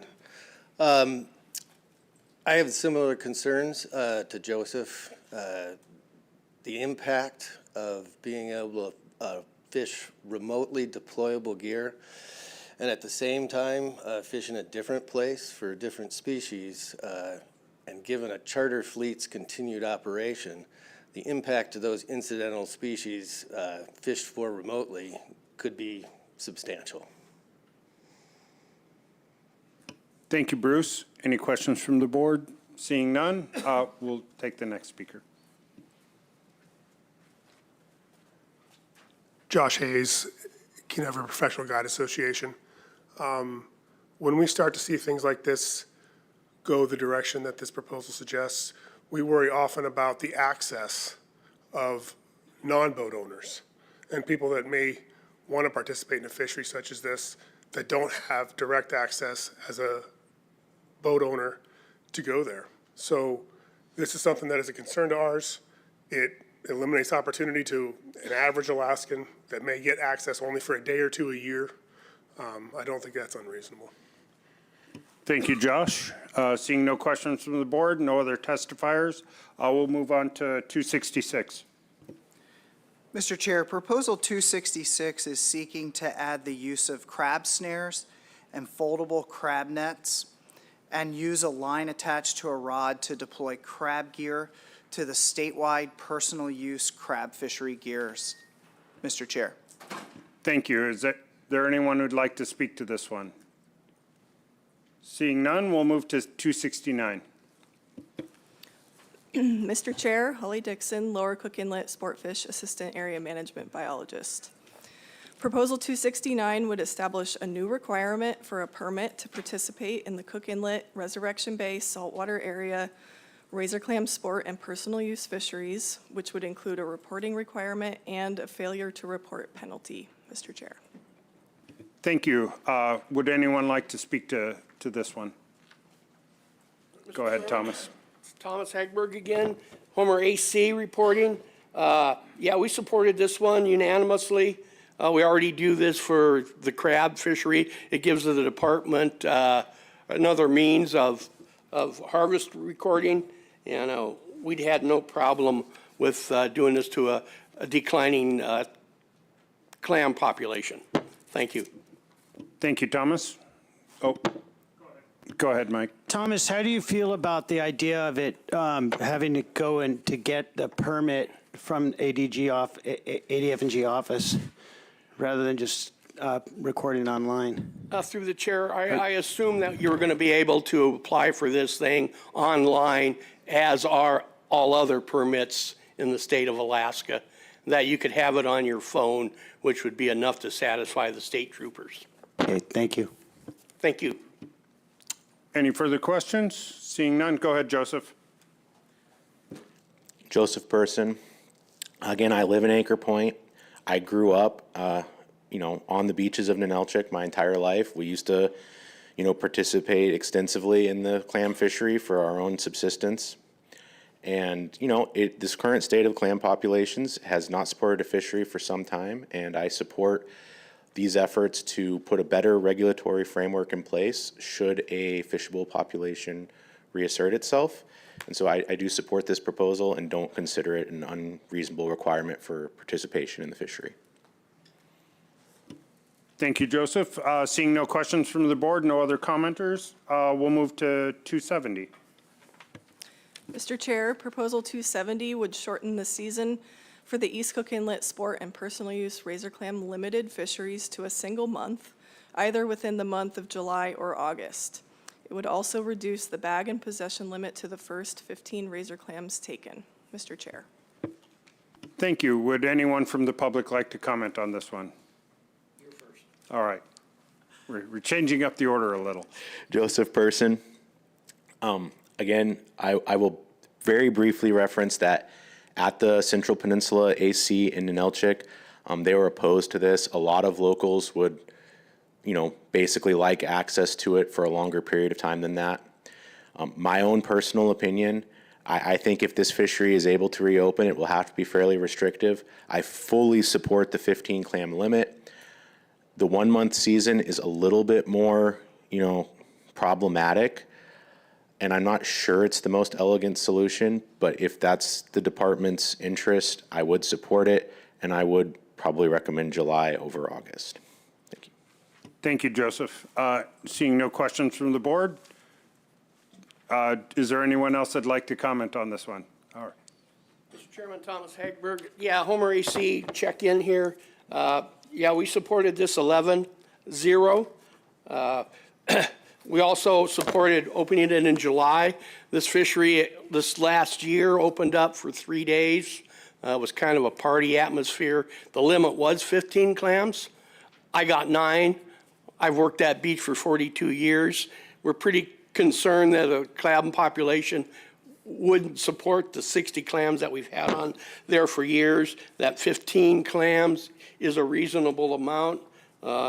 We can skip 271, I believe was mine.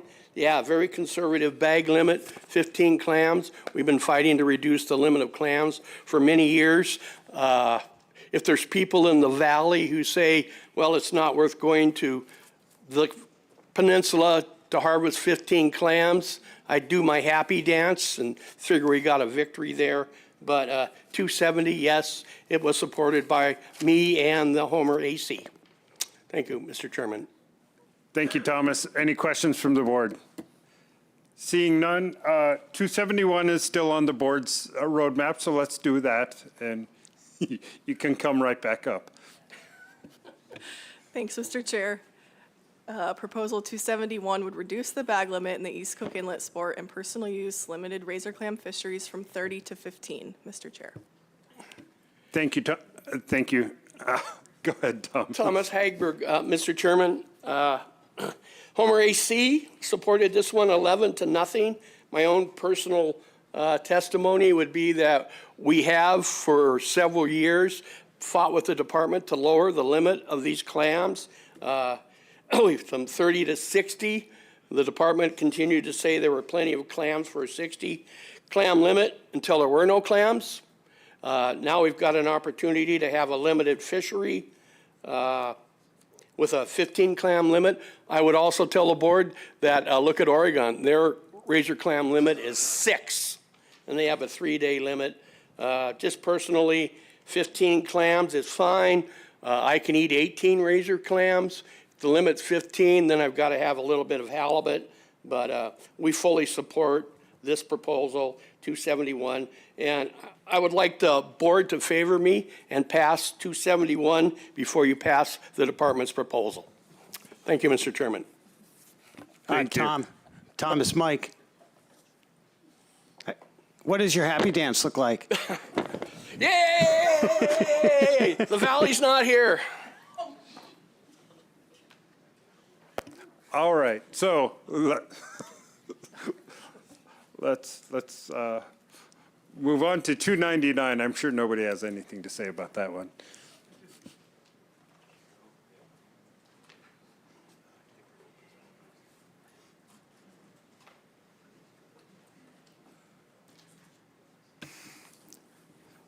Good afternoon, Mr. Chair. My name is Martin Schuster, and I'm the Area Management Biologist for Prince William Sound and Cook Inlet, groundfish, and shellfish. Proposal 299 would direct the department to develop a comprehensive Prince William Sound pot shrimp management plan and shrimp task force. Mr. Chair. Thank you. Is there anyone who wants to comment on 299? Please form a line to the left if you do. I'm sorry. Oh, come on up, Bruce. I'm Bruce Bowman. I proposed this. It has gone through a few RC revisions. I hope you've had an opportunity to look at the most recent one. I want to thank the board for addressing some of the major elements that were meant to be addressed by 299 in this session. We've worked with the department to conceptually support a roundtable to discuss and develop future actions. Which means, I guess, that a task force is no longer a part of 299. We found a way to deal with that. 303 is addressing major concerns of the former proposition with regard to access, the TAH, and those other issues. So if I just walked you through the most current goals and objectives of 299 under the latest RC 51. We would like to ensure that the harvest is not exceeded in order to protect maximum sustained yield. The primary goal is a sustainable fishery. We would like to preserve allocation equity and ensure equitable access, protection of subsistence at low resource abundances. And specifically speaking to those points, we are still concerned about the non-commercials' ability to remain within their GHL. We would like to reduce overfishing. One of the key things I think that is in historical analysis of, harvest is a conversion factor that we've corrected for in our data that we've brought forward to you. We wanted to point out the effects of open access permit style and the erosion of the allocation to the commercial sector. We referred you to CFEC findings during the limited entry review, and some of those are very interesting. In particular, a crossover effect was identified and quantified. So there are participants that would normally be sports fishermen with a sports permit who have been identified as moving to the commercial sectors, allowing them to use more gear. We figure that that's 5 to 8% shift. So when you look at the 60-40 allocative status, in effect with crossover, it's actually 35-65 or 32-68. So this is effectively an allocation grab due to permit status. We also remain concerned about the protection of subsistence and the potential to relate that to a percent of biomass, and have provided a kind of framework for that. Currently, the language through RC is a B40 level where all sectors would close below that level. They would be open above that level. We would like to suggest a level of B30, and between B40 and B30 is approximately 15,000 pounds converted percentage of capacity, which is in alignment with 9 to 15,000 pounds ANS currently in the subsistence regulations.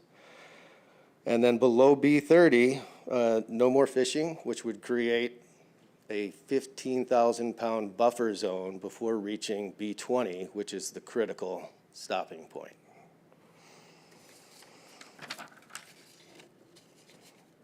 I think that's what I have.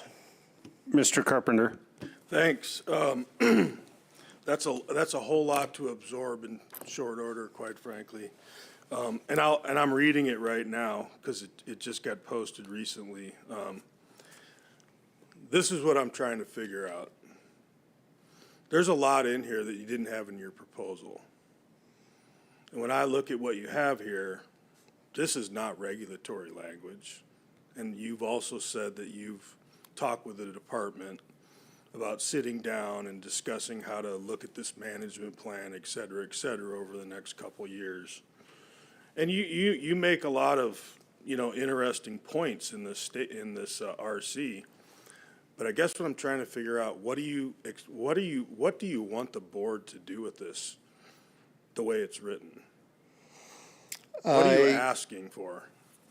Okay, through the chair, Mr. Carpenter. I would like the board to take these considerations most likely on triggers, probably into 303. I would like the board to recognize that shift from sport to commercial and understand that allocation is changing within that shift. So let me ask you one follow-up question, if I can, Mr. Chairman. Where do you come up with that assumption at? How do you assume between 5 and 8% of the sport people are also participating in the commercial fishery? I'm just curious where you got that information. That is in a document called Limiting Entry into Prince William Sound Shrimp Pot Fisheries, produced by Reed Johnson of CFEC. And he states that is in the reference of the appendix. His numbers are a little bit different. He has a range of 10% for the total non-commercial, non-delivered shrimp in the fleet over time, generally. It's broken down in the whole document by year, but averages out about 10%, but then qualifies almost 2% range for commercial operators that never report a commercial landing, which clearly identifies somebody fishing for sport use within the commercial construct. So we've done a lot of looking at this through the limited entry process, and we've kind of settled in the middle of that, 5 to 8%. We've seen other numbers, but I'm trying to refer you to a CFEC produced document that puts that in that range. Okay, well, I appreciate you alerting me to that. I'll have to look at that. But you're also making a lot of assumptions based on numbers that they produced, and you're assuming a lot from that. So I'm just trying to think about what your original proposal said, and you're asking for a whole lot here before you have these discussions with the department specifically that you referred to. And so I guess I'll have to take that into consideration. Thank you. Any further questions? Seeing none, thank you, Bruce. We'll take the next testifier. Form a line, guys. If I don't see anyone standing, I'll assume no one's in line. Joseph Burson. I think that the important aspects of creating a Prince William Sound Shrimp Pot Management Plan will be dealt with through the amended language submitted in RC for 301 and 303. I have some comments and clarity on other aspects discussed in this. I personally do not consider this so-called crossover fishing from the recreational fishery into the commercial fishery to be a downside.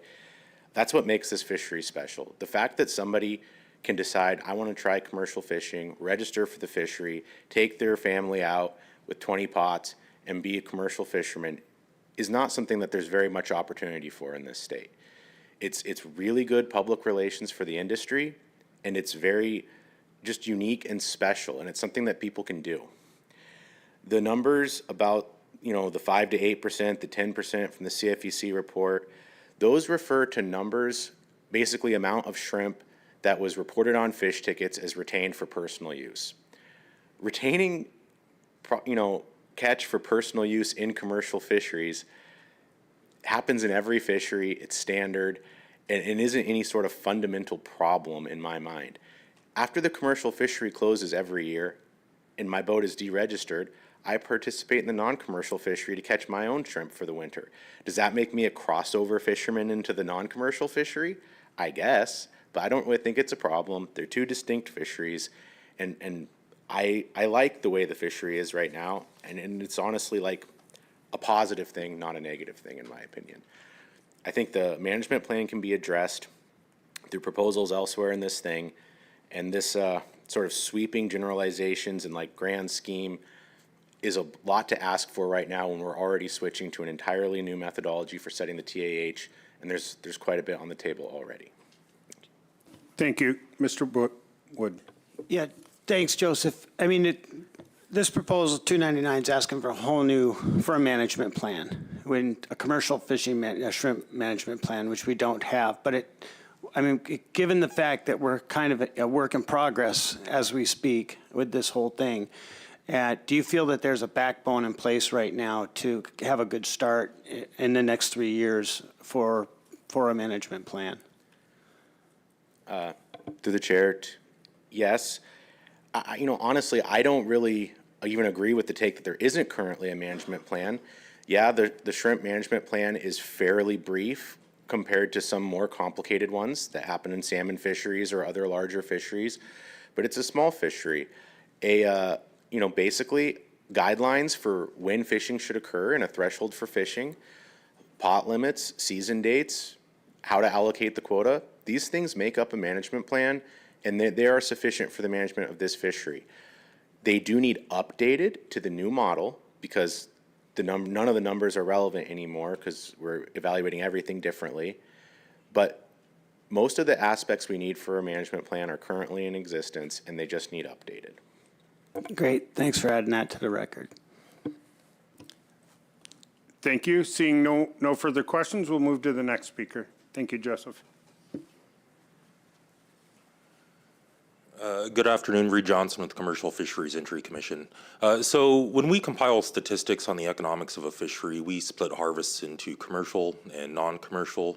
We did publish some statistics about non-commercial harvest, which is what we define as harvest that takes place under a commercial permit, not harvest that takes under a sport fish permit.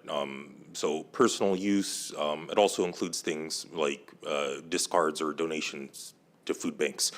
So when we looked at the fishery, we saw that a little under 2% of the total harvest was posted by people who had non-commercial harvests, but who never had made a commercial harvest, so never made a delivery. We don't at all compile any statistics about sport fish harvests. So, thank you.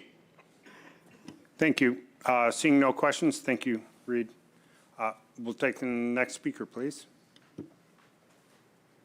Thank you. This is Gordon Scott for the Whittier Advisory Committee, and specifically to answer Mr. Carpenter's question to Bruce about what is this asking for, the proposal 299. Whittier AC was co-author with Valdez AC of this proposal, and we had our meeting to decide positions on the shrimp proposals. There was a lot of discussion about this, exactly what does 299 want? 299 does ask for a lot. Some of it's general, some of it's specific. There's, in these amendments, it's getting a little bit more specific. But we had a problem because, and we voted on that 299 to support it initially. Then we get to the next proposals. Well, they're all really encompassed in proposal 299. 299 encompasses all the other proposals, ideas, positions on them, and beyond. And so I just wanted to clarify that 299 was kind of meant to be specific and general. The specific part is there is no official shrimp management plan in Prince William Sound at this point. It was repealed in 2009 to make place for the current set of regulations.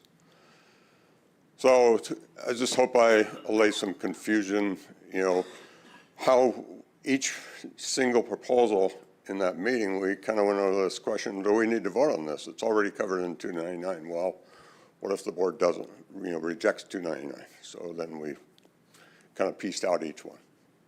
I just wanted a clarification on that. Thank you, Gordon.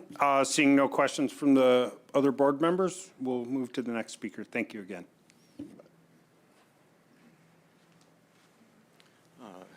Thank you, Brett Wilbanks, also Valdez Prince William Sound Advisory Committee. So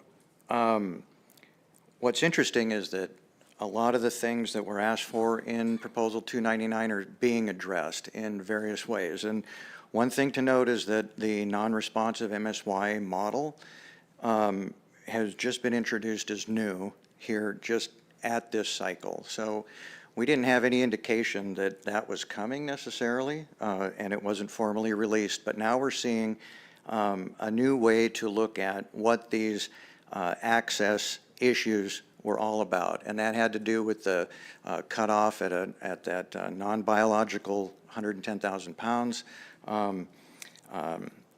and those are being addressed. And this is a new development. The other thing that's a new development that speaks to the formation of a roundtable or a group to go over these complex interrelated issues has to do with the department and their willingness to come together in maybe an annual meeting. We've talked about what that might look like, and so there seems to be good support and buy-in with staff, management staff for this fishery. So that's also a new development. Now, one of the major asks was to prompt that type of relationship on a consistent basis. Let's see what's working. Let's see what's not working. Because in the past, we saw that that model wasn't responsive and wasn't working. So the other point was that, you know, this is not a limited entry argument, but The point is that if it is open access and an interim entry fishery, CFEC's findings show that this is an increasing concern. It is a cause for concern with this crossover, and that's just a quote out of that report that was referenced. The other thing is that we also have this concept, this problem of living to the model and what can we harvest. And the performance over the years in the fishery on the non-commercial side can be described as hit and miss, maybe more hit than miss, but there's some misses in there. And that was also noted in CFEC's report. The concerns over non-commercial shrimp harvest in excess of the non-commercial GHL appear to be warranted. And so that's what was prompting the main themes of Proposal 299. I don't know if there's a deliverable for the board out of 299 because we've seemed to have gotten to a point to be collaborative with the department and stakeholders on a recurring basis. And the other proposals are addressing things like a biological limit, access, and that just brought up the allocation questions because of the way that the fishery is structured right now and what's actually happening with the current allocation. So. Thank you, Brett. Seeing no questions from the board, thank you very much. Seeing no other speakers, we'll move on to 300. Mr. Chair, members of the board, for the record, my name is Donnie Arthur. I am the Assistant Area Management Biologist for Sportfish in Prince William Sound. Proposal 300 would divide the guideline harvest level, or GHL, for Prince William Sound non-commercial shrimp fishery between the three areas defined for the commercial shrimp fishery under 5 AAC 31.210 subparagraph A. Thank you. Come on up, Forrest. Forrest Jenkins, CDFU. We withdrew this proposal in RC 35. Thank you. Thank you, Forrest. We'll move on to the next one, 301. Proposal 301 would, Proposal 301 would create a minimum threshold of 110,000 pound total allowable harvest, or TAH, for the sport shrimp fishery in Prince William Sound to open. Forrest Jenkins, CDFU. We support RC 42 that provides a floor at B20 where no fishing occurs and maintains a conservation buffer. For the record, whenever we are considering fisheries closures based on conservation, we believe the burden should be shared across all user groups.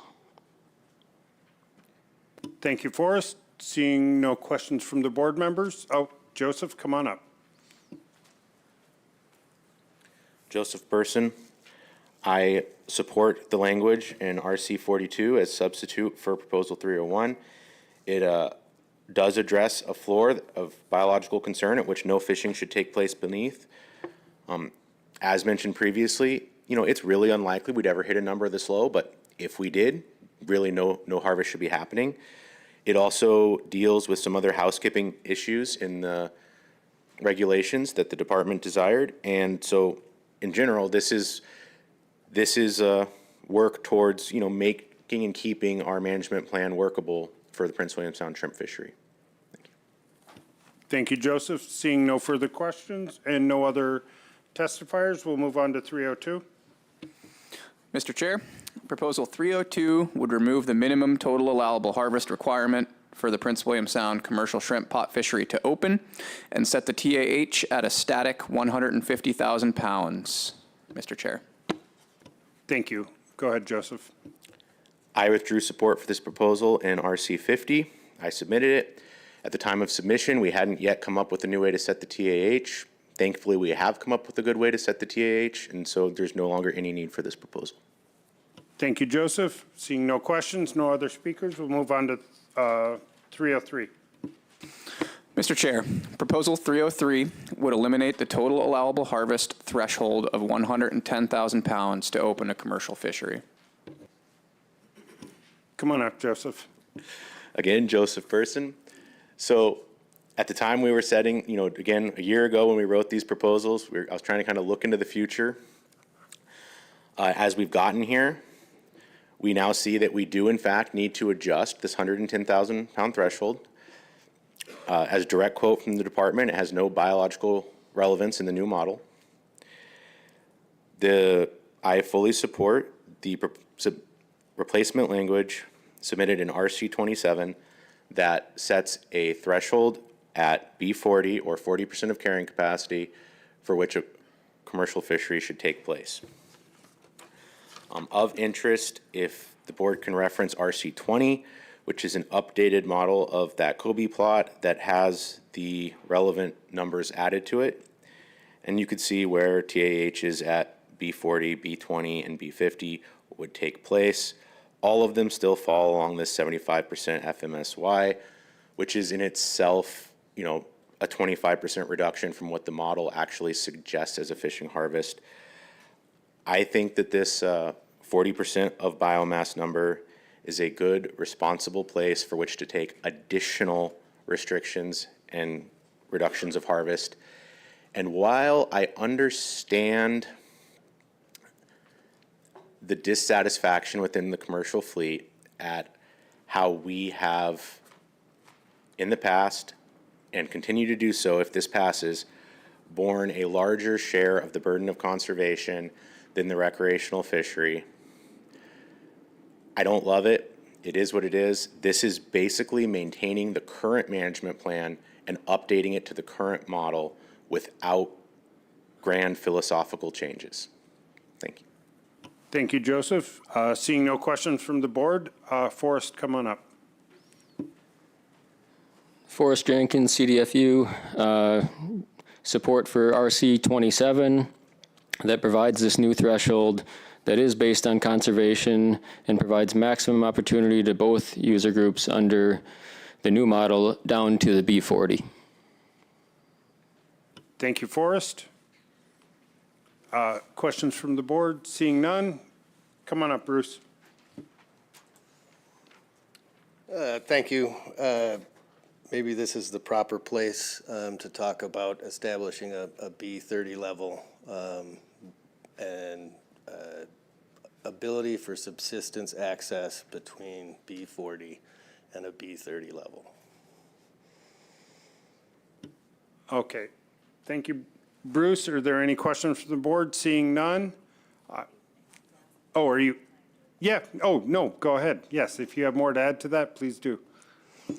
Also creating a buffer zone between that B30 milestone and B20 would be achieved there.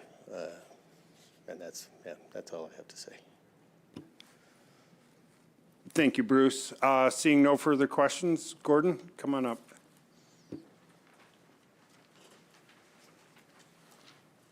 It's Gordon Scott.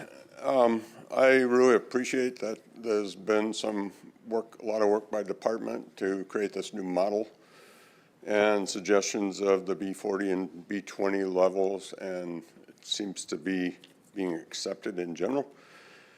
My caution, and I did some really quick looking at numbers, is, and my intuition was the B40 should maybe be 30, and I really didn't grasp it until I started looking at the numbers. It really kind of takes the years, the dead years between 2000 or 1990 and 2000, you know, where the B levels got down to like 17 at the lowest in 1998, and then it started rebounding. Even by 2003, it was B60. So it really supports their model. The low end was really bad. Then I took it back to the catches of the 80s, which I participated in, and I was looking at, for instance, 1986, working with the department, it would have been a 36%, B36% of carrying capacity, which would have aligned at that point to 53,000 according to the department. And I think the GHL, it was static during all the 80s. This is my memory at about 172,000. And the department can correct me if I'm wrong. But we had a catch of 286,000 that year. It was a lot of effort, but fishing was very good. But that would have been a B36. If the B40 is accepted, we wouldn't have fished that, and that 286,000 pounds that got caught probably would have overwhelmed the environment they live in, and it probably would help the crash happen even faster. I asked the department to look at these numbers just an hour ago to see, because I only had a chance to look at a couple of them. I don't know if they came up with anything that would help support that. But my feeling, basically this kind of brought me back to my intuition. We should not be at B40, because everybody was saying B40 is the same as what we have. It's just we're going to allow to fish. But it's all the same numbers, but I think that B30 is more appropriate. Thank you, Gordon. Seeing no questions and no one, go ahead, Joseph. I want to Joseph Person for the record. I want to very briefly address another issue. I submitted a petition 2 weeks prior to the meeting that was requesting that the board direct the department to manage this year's fishery based on actions taken at the meeting. The main reason why I submitted this petition, and it's relevant to Proposal 303 as amended, is because it is not 100% clear, since the 110,000 pound threshold for opening the commercial fisheries in regulation, what would happen if the board passes a newer threshold at this meeting. The regulation will not come into effect until approximately the beginning of July, which is well after our historical opening for this fishery. And so I would like at some point this meeting, if the board chooses to change the threshold for the commercial fishery via Proposal 303 as amended or otherwise, that there would be some direction as to if it's their intention for the fishery to be managed at that level this year. Thank you, Joseph. Seeing no questions, no further commenters, we'll move to 304. Mr. Chair, Proposal 304 would delay the Prince William Sound non-commercial and commercial shrimp pot fisheries by 2 weeks from April 15 to May 1st. Mr. Chair.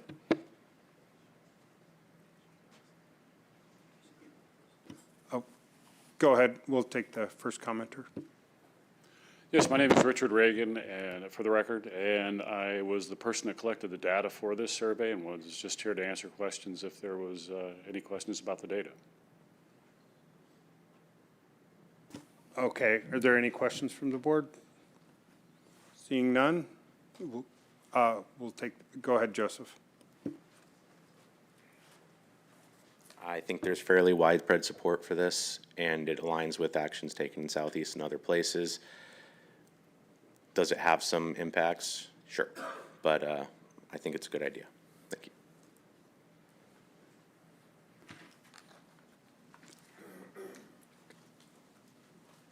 you. Brett Wilbanks, Shrimp Pros. As we initiated this, the questions have been asked if there would be any further opportunity to trim off the tail end of the season and if that would have bigger impact. Just want to let you know that we just haven't been fishing in that and collecting the data at the end of the season. So the facts that we had were what we collected at the beginning of the season, but maybe there would be a chance to look at that in the future at the tail end of the season. So just wanted to address that question. Thank you, Brett. Seeing no further questions, come on up, Gordon. Gordon Scott, for the record. I support this proposal. I think it's also indicative of one of the biggest problems back in the 80s because the fishery opened then March 15th. And, I didn't have egger percent numbers back then, but it was extremely high for the beginning of the fishery. They still, by May 1st, there were very few eggs. So it's a biological thing. I think it had a really big thing happening with the crash back then in the 80s. And having a lot to do with what's going on now. Thank you, Gordon. Seeing no other questions from the board and no other people speaking, we'll move on to the next proposal, 305. Mr. Chair, Donnie Arthur, Prince William Sound Assistant Area Management Biologist. Proposal 305 would prohibit participants in the Prince William Sound non-commercial shrimp fishery from carrying additional shrimp pots beyond what is permitted to be used in regulation. Thank you. Go ahead, Forrest. Forrest Jenkins, CDFU. We support alternative language in RC 45.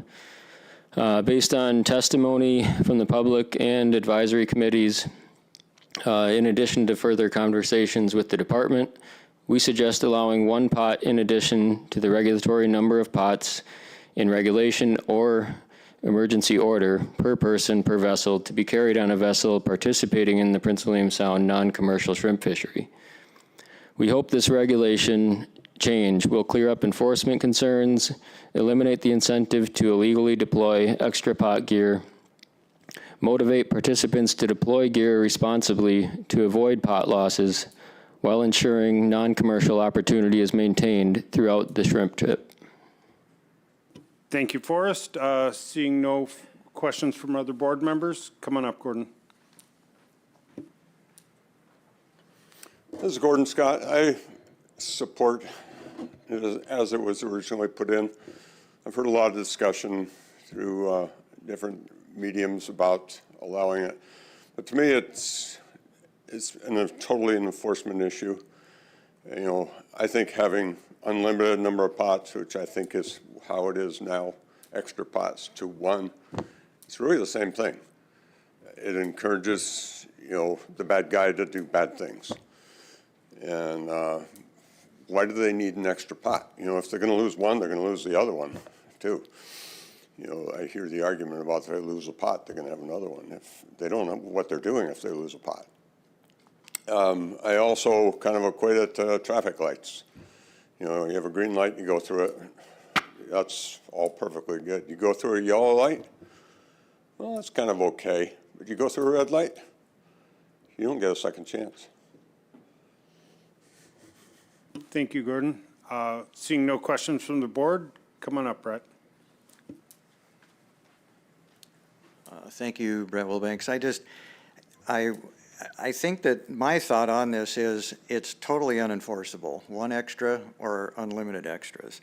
And that's the only lever really that's being used to pace the non-commercial fishery is pot limits, to keep it at GHL. And again, it's been hit and miss. And I ask myself, with extra pot, it's the ability to throw a piece of remote gear out. It is,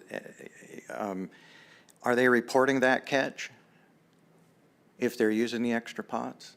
And so I think that it's more enforceable in a bag and possession limit thing. If that were a tool used to pace the non-commercial fishery, that's something that's enforceable.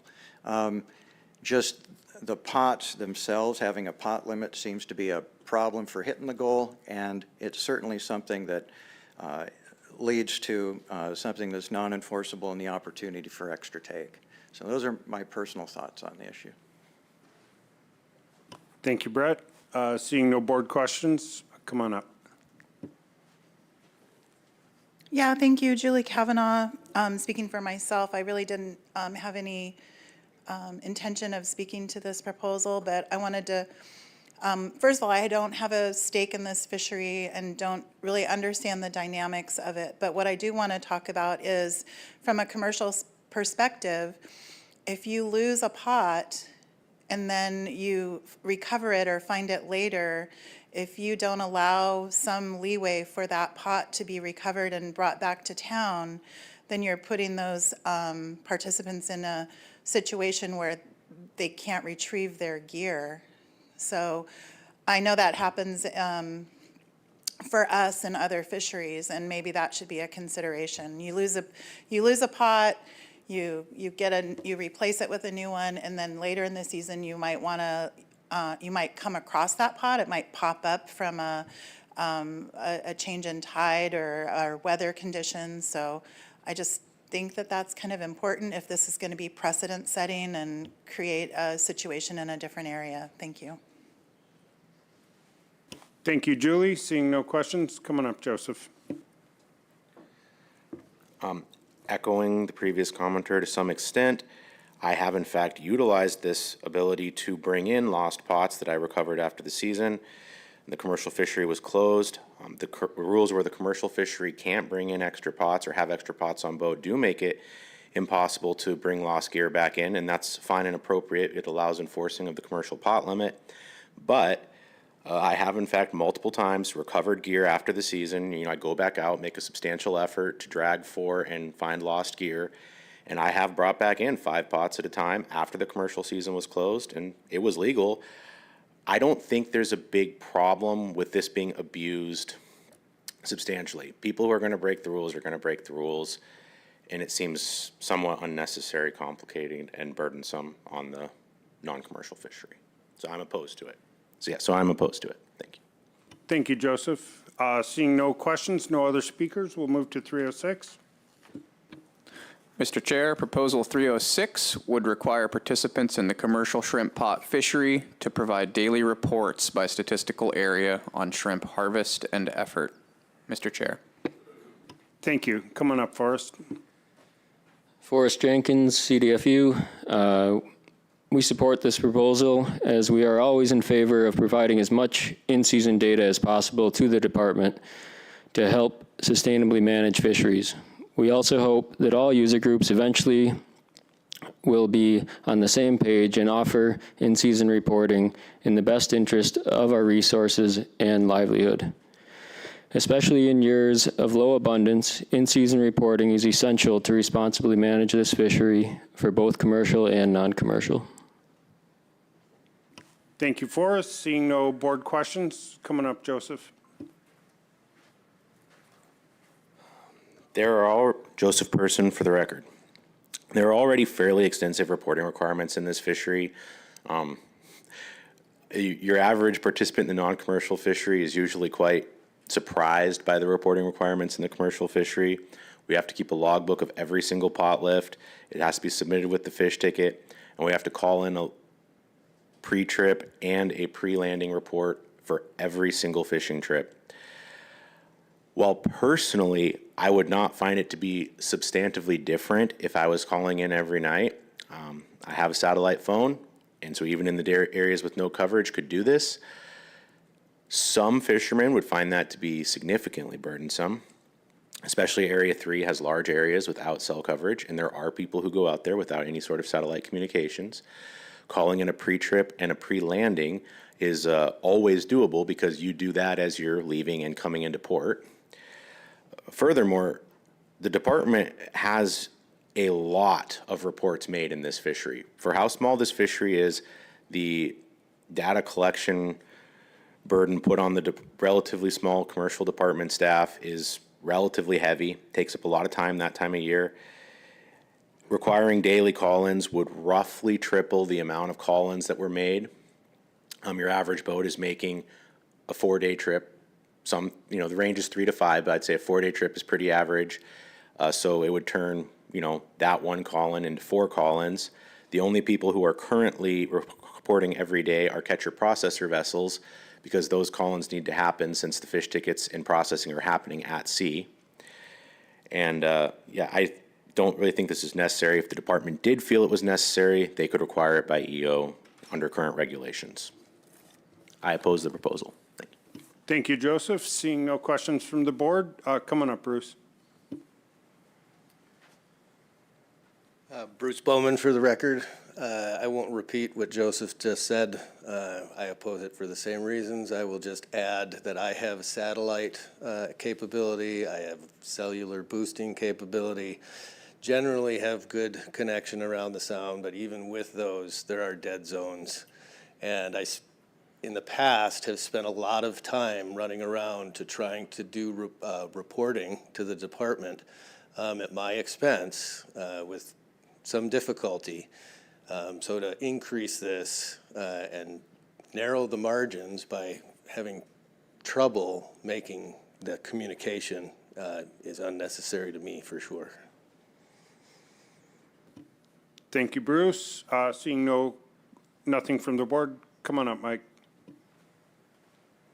Hey, good afternoon. Michael Hand, CDFU. I think this might not be the perfect solution to this, but I think looking at our regulations and our rules for fisheries, it's an opportunity to modernize them. You know, the pre-trip and the post-trip or pre-landing call-ins, those were before we had good cell phone service, before people had satellite phones. So this is just an opportunity.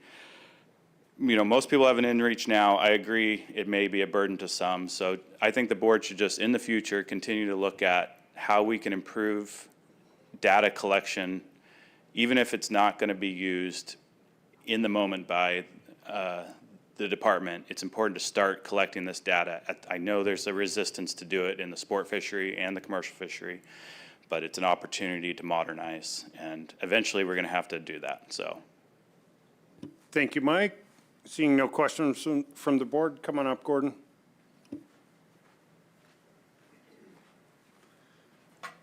This is Gordon Scott for the record. I don't see any need for additional reporting at this time. The department has said that there is adequate reporting. The one thing I was thinking just back here is what happens if we end up fishing at lower levels, you know, where the stat area cap starts getting smaller numbers, and this idea has come from the department. This idea would actually help a fishery proceed if we were working there to where, say, a stat area cap is like 3,000 pounds. You know, if you end up with something like that in the productive stat areas, there's going to be really short openings. But in general, I'm opposed to it because I think the current model will keep us from fishing with those tiny, tiny numbers. Thank you, Gordon. Seeing no other speakers, no questions from the board, we'll go ahead and take a 15-minute break. We'll come back on the record in 15 minutes.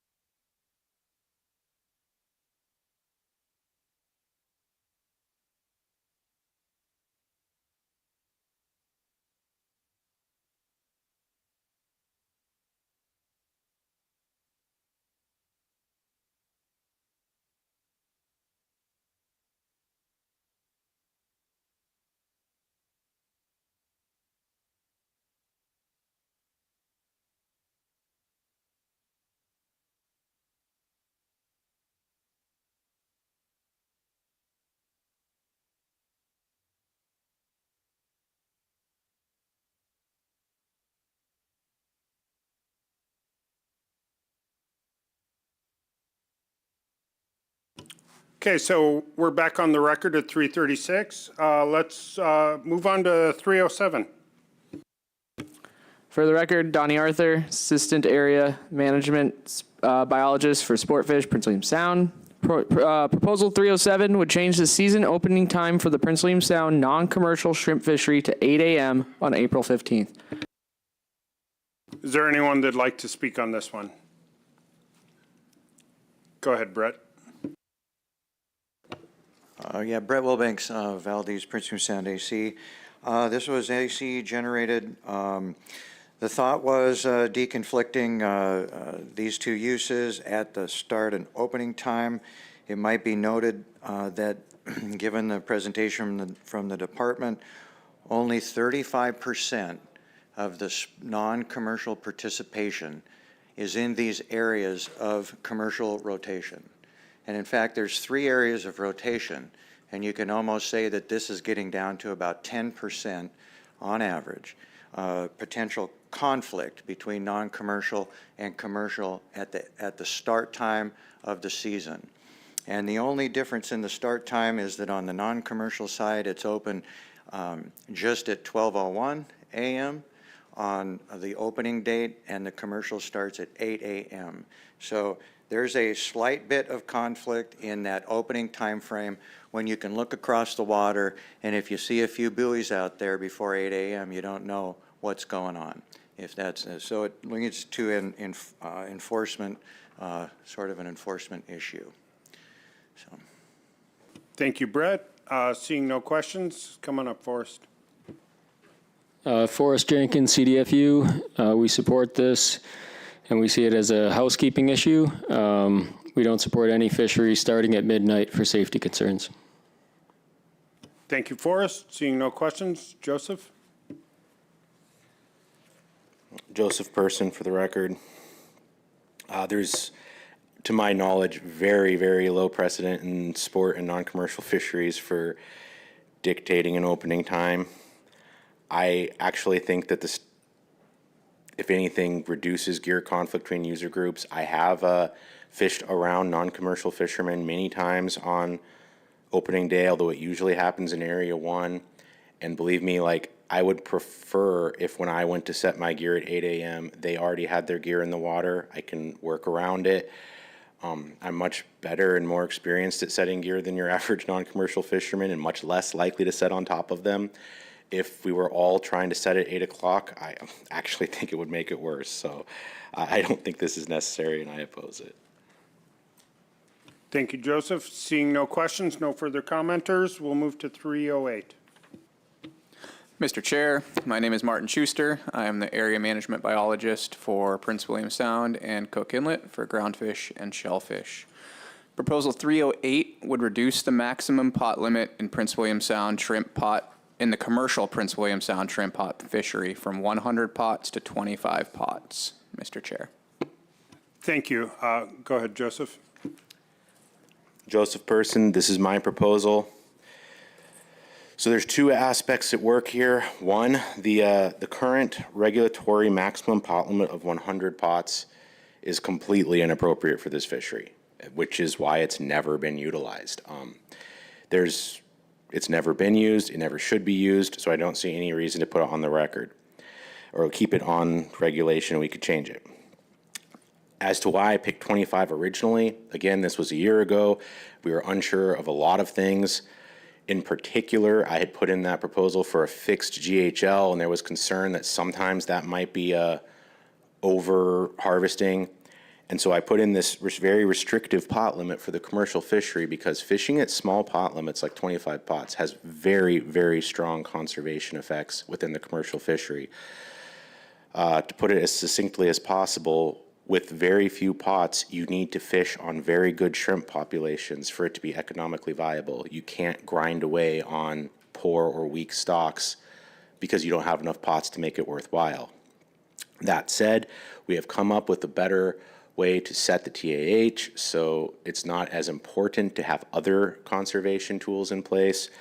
And with the continuation of the 3-area rotation, 25 pots would be pretty restrictive in Area 3. As a result, I did submit RC 50, includes a proposal to amend this from 25 to 50. I feel pretty strongly 25 pots is enough for Area 1 and Area 2, but again, 50 might be appropriate in Area 3, although we fished it with 35 last year just for, reference. I do strongly feel 100 is, there's no circumstance. It would be a disaster. It would be ecologically impactful. It would cause gear conflict. It's just way too many pots for this fishery. Thank you, Joseph. Seeing no board questions, I'll take the next speaker. For the record, Brett Wilbanks, I just wanted to note that in 2015, the commercial fleet was allowed 60 pods. We were able to obtain 34.5% of GHL in that year. If we move to a 25 pot hard limit, there are going to be some years where it's difficult to attain the GHL. I think this removes options from the department to allow the commercial fleet to catch the sustainable harvestable amount. Thank you, Brett. Seeing no questions, come on up, Forrest. Forrest Jenkins, CDFU. We oppose this. We shouldn't be taking away tools from the department.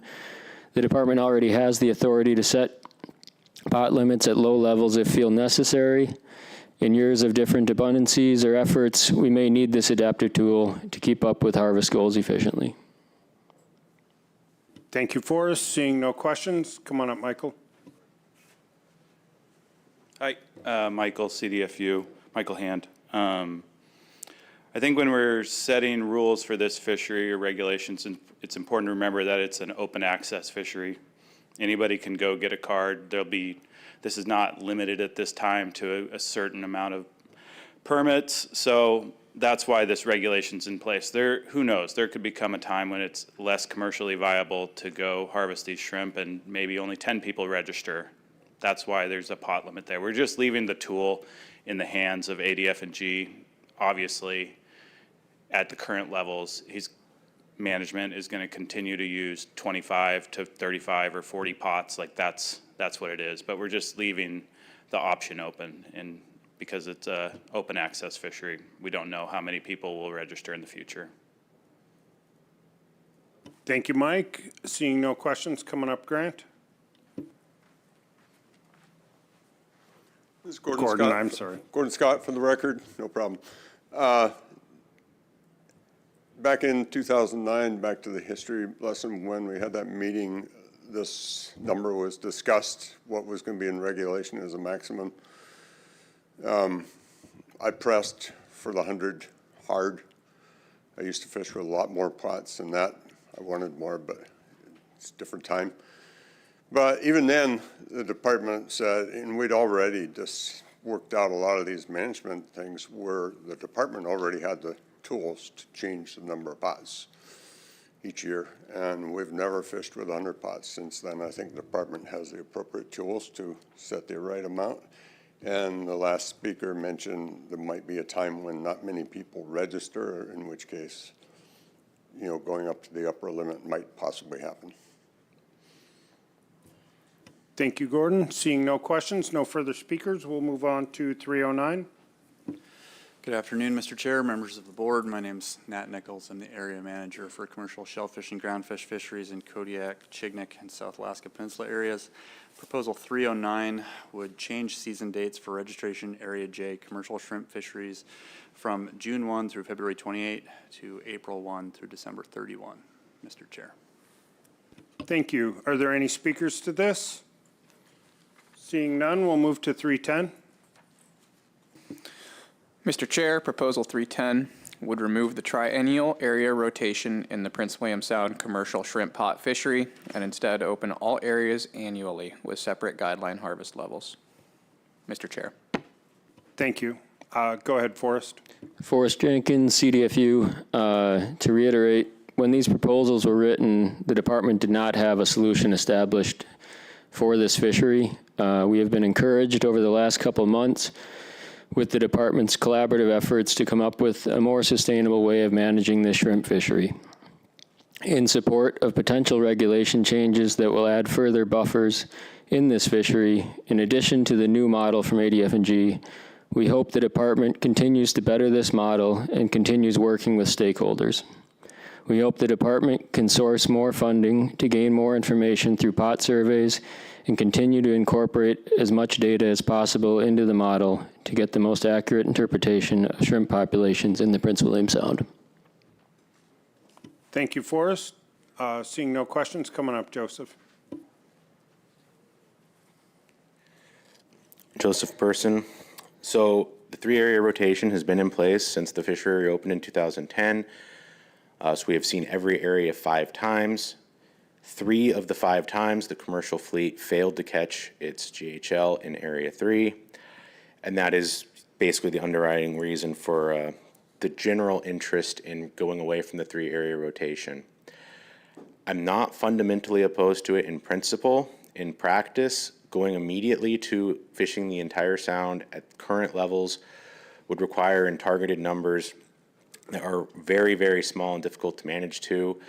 As an example, this year with the small GHL, we'd be trying to target to approximately a 6,000 pound limit for any given stat area. Realistically, this would require a 1-day opener if the normal amount of participation happened, because you have to assume they might all go to the best stat area since it's pretty well established. This just seems unmanageable. So I haven't heard a practical solution to this. I also firmly believe that some amount of commercial pressure needs to happen out of Area 3. Nobody likes fishing there, myself included. However, almost no non-commercial effort happens in Area 3, and there's no practical way to encourage or force non-commercial effort in Area 3. Right now, because of that, Area 3 produces less than 15% of the overall harvest, and it is actually the largest of the 3 areas. I do not believe it is being overfished. It is less productive, but it is so large that it would have to be, less than 20% of the productivity of the other areas in order for it to be being overfished right now, and I do not think that's true. I am concerned that any move away from the 3-area rotation that moved that 15% of the harvest from Area 3 up into Area 1 and Area 2 would not necessarily be beneficial to the population as a whole. Furthermore, there is some evidence to support that the 3-area rotation does help maintain a larger average size in the shrimp fishery. It probably doesn't optimally spread harvest around from a biological standpoint, but by giving this 2 years of rest from the commercial fishery, it clearly allows shrimp time to get bigger in between the times that we harvest them. This has both biological and market benefits, so I don't think it's inherently a bad idea.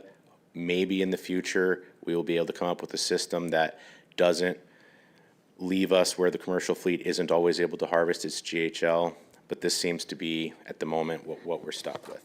So I am opposed to this. Thank you. Thank you, Joseph. Seeing no questions, no further speakers, we'll move to 311. Mr. Chair, Proposal 311 would allow vessels registered to commercially fish in the Prince William Sound shrimp pot fishery to also operate as tenders. Mr. Chair. Thank you. Come on up, Forrest. Forrest Jenkins, CDFU. The intent was to increase economic viability and efficiency in this fishery. In addition, it would make for a safer fishery by reducing the number of vessels running to port to deliver every 2 to 3 days. Thank you, Forrest. Any questions? Seeing none. Come on up, Bruce. Thank you, Bruce Bowman, for the record. If you had gotten my opinion on this 5 years ago, I would have been all behind it. As an independent valuation of my fishing, the ability to tender as well as fish would have been great advantage. But as I explored the idea further and further, I saw complications with it. There are point of sale complications, the size of boat complications, because every boat has to carry its own gear, and its ice, and its pots. And this would allow that kind of thing to become less transparent. And I think if it were allowed, just one single operation that was tendering and fishing would have an influence generally in the fleet that would encourage everybody to start basically forming cooperative relationships, because that would satisfy a lot of the difficulty we have as independent operators at this time. Thank you. Seeing no further questions, coming up, Joseph. Joseph Person for the record. We have had some version of this proposal multiple times over the years in these cycles. It is, most simply speaking, a way to get around what are seen as small pot limits. The most classic, easiest example, and this is not to point fingers at any specific user group, would be a seiner then being able to fish 2 pot limits because of their seine skiff fishing the other one and the mother boat tendering for both. I don't necessarily think this is fundamentally a problem. However, it absolutely would increase effort in the fishery and pots in the water. That doesn't seem appropriate at the current time. Furthermore, small vessels who want to fish as a cooperative have done this successfully in the past. There's nothing in the current regulations prohibiting it. For many years, we had a whole group of fishermen that fished out of skiffs and all delivered to a single gill netter as a tender, and did this all within the current regulatory framework. I'm opposed to this proposal and think it's completely unnecessary in this fishery and frankly most other fisheries where it's recommended. Thank you. Thank you, Joseph. Seeing no other testifiers, no questions from the board, I think that concludes Committee of the Whole Group 2, and I turn the chair back over to Ms. Carlson Van Dort. Thank you. Mr. Chamberlain, appreciate it. Well done, getting us through those proposals.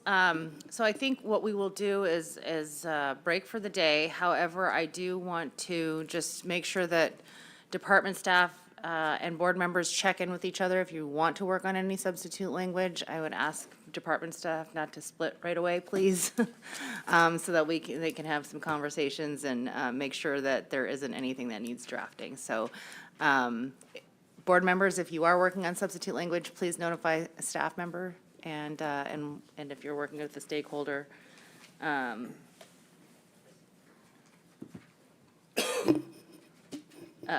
if you are working with a stakeholder, please make sure you're communicating with them about your substitute language schedule.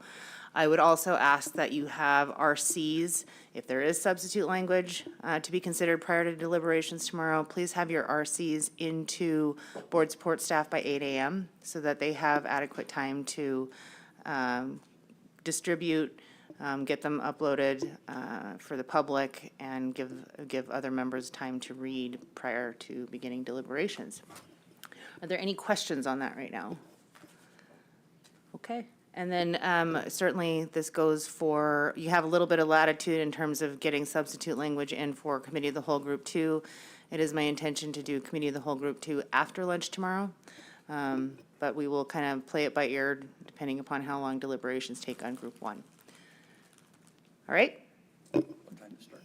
Tomorrow morning, let's begin at 8:30 a.m. We'll see you tomorrow at 8:30 a.m. Thank you.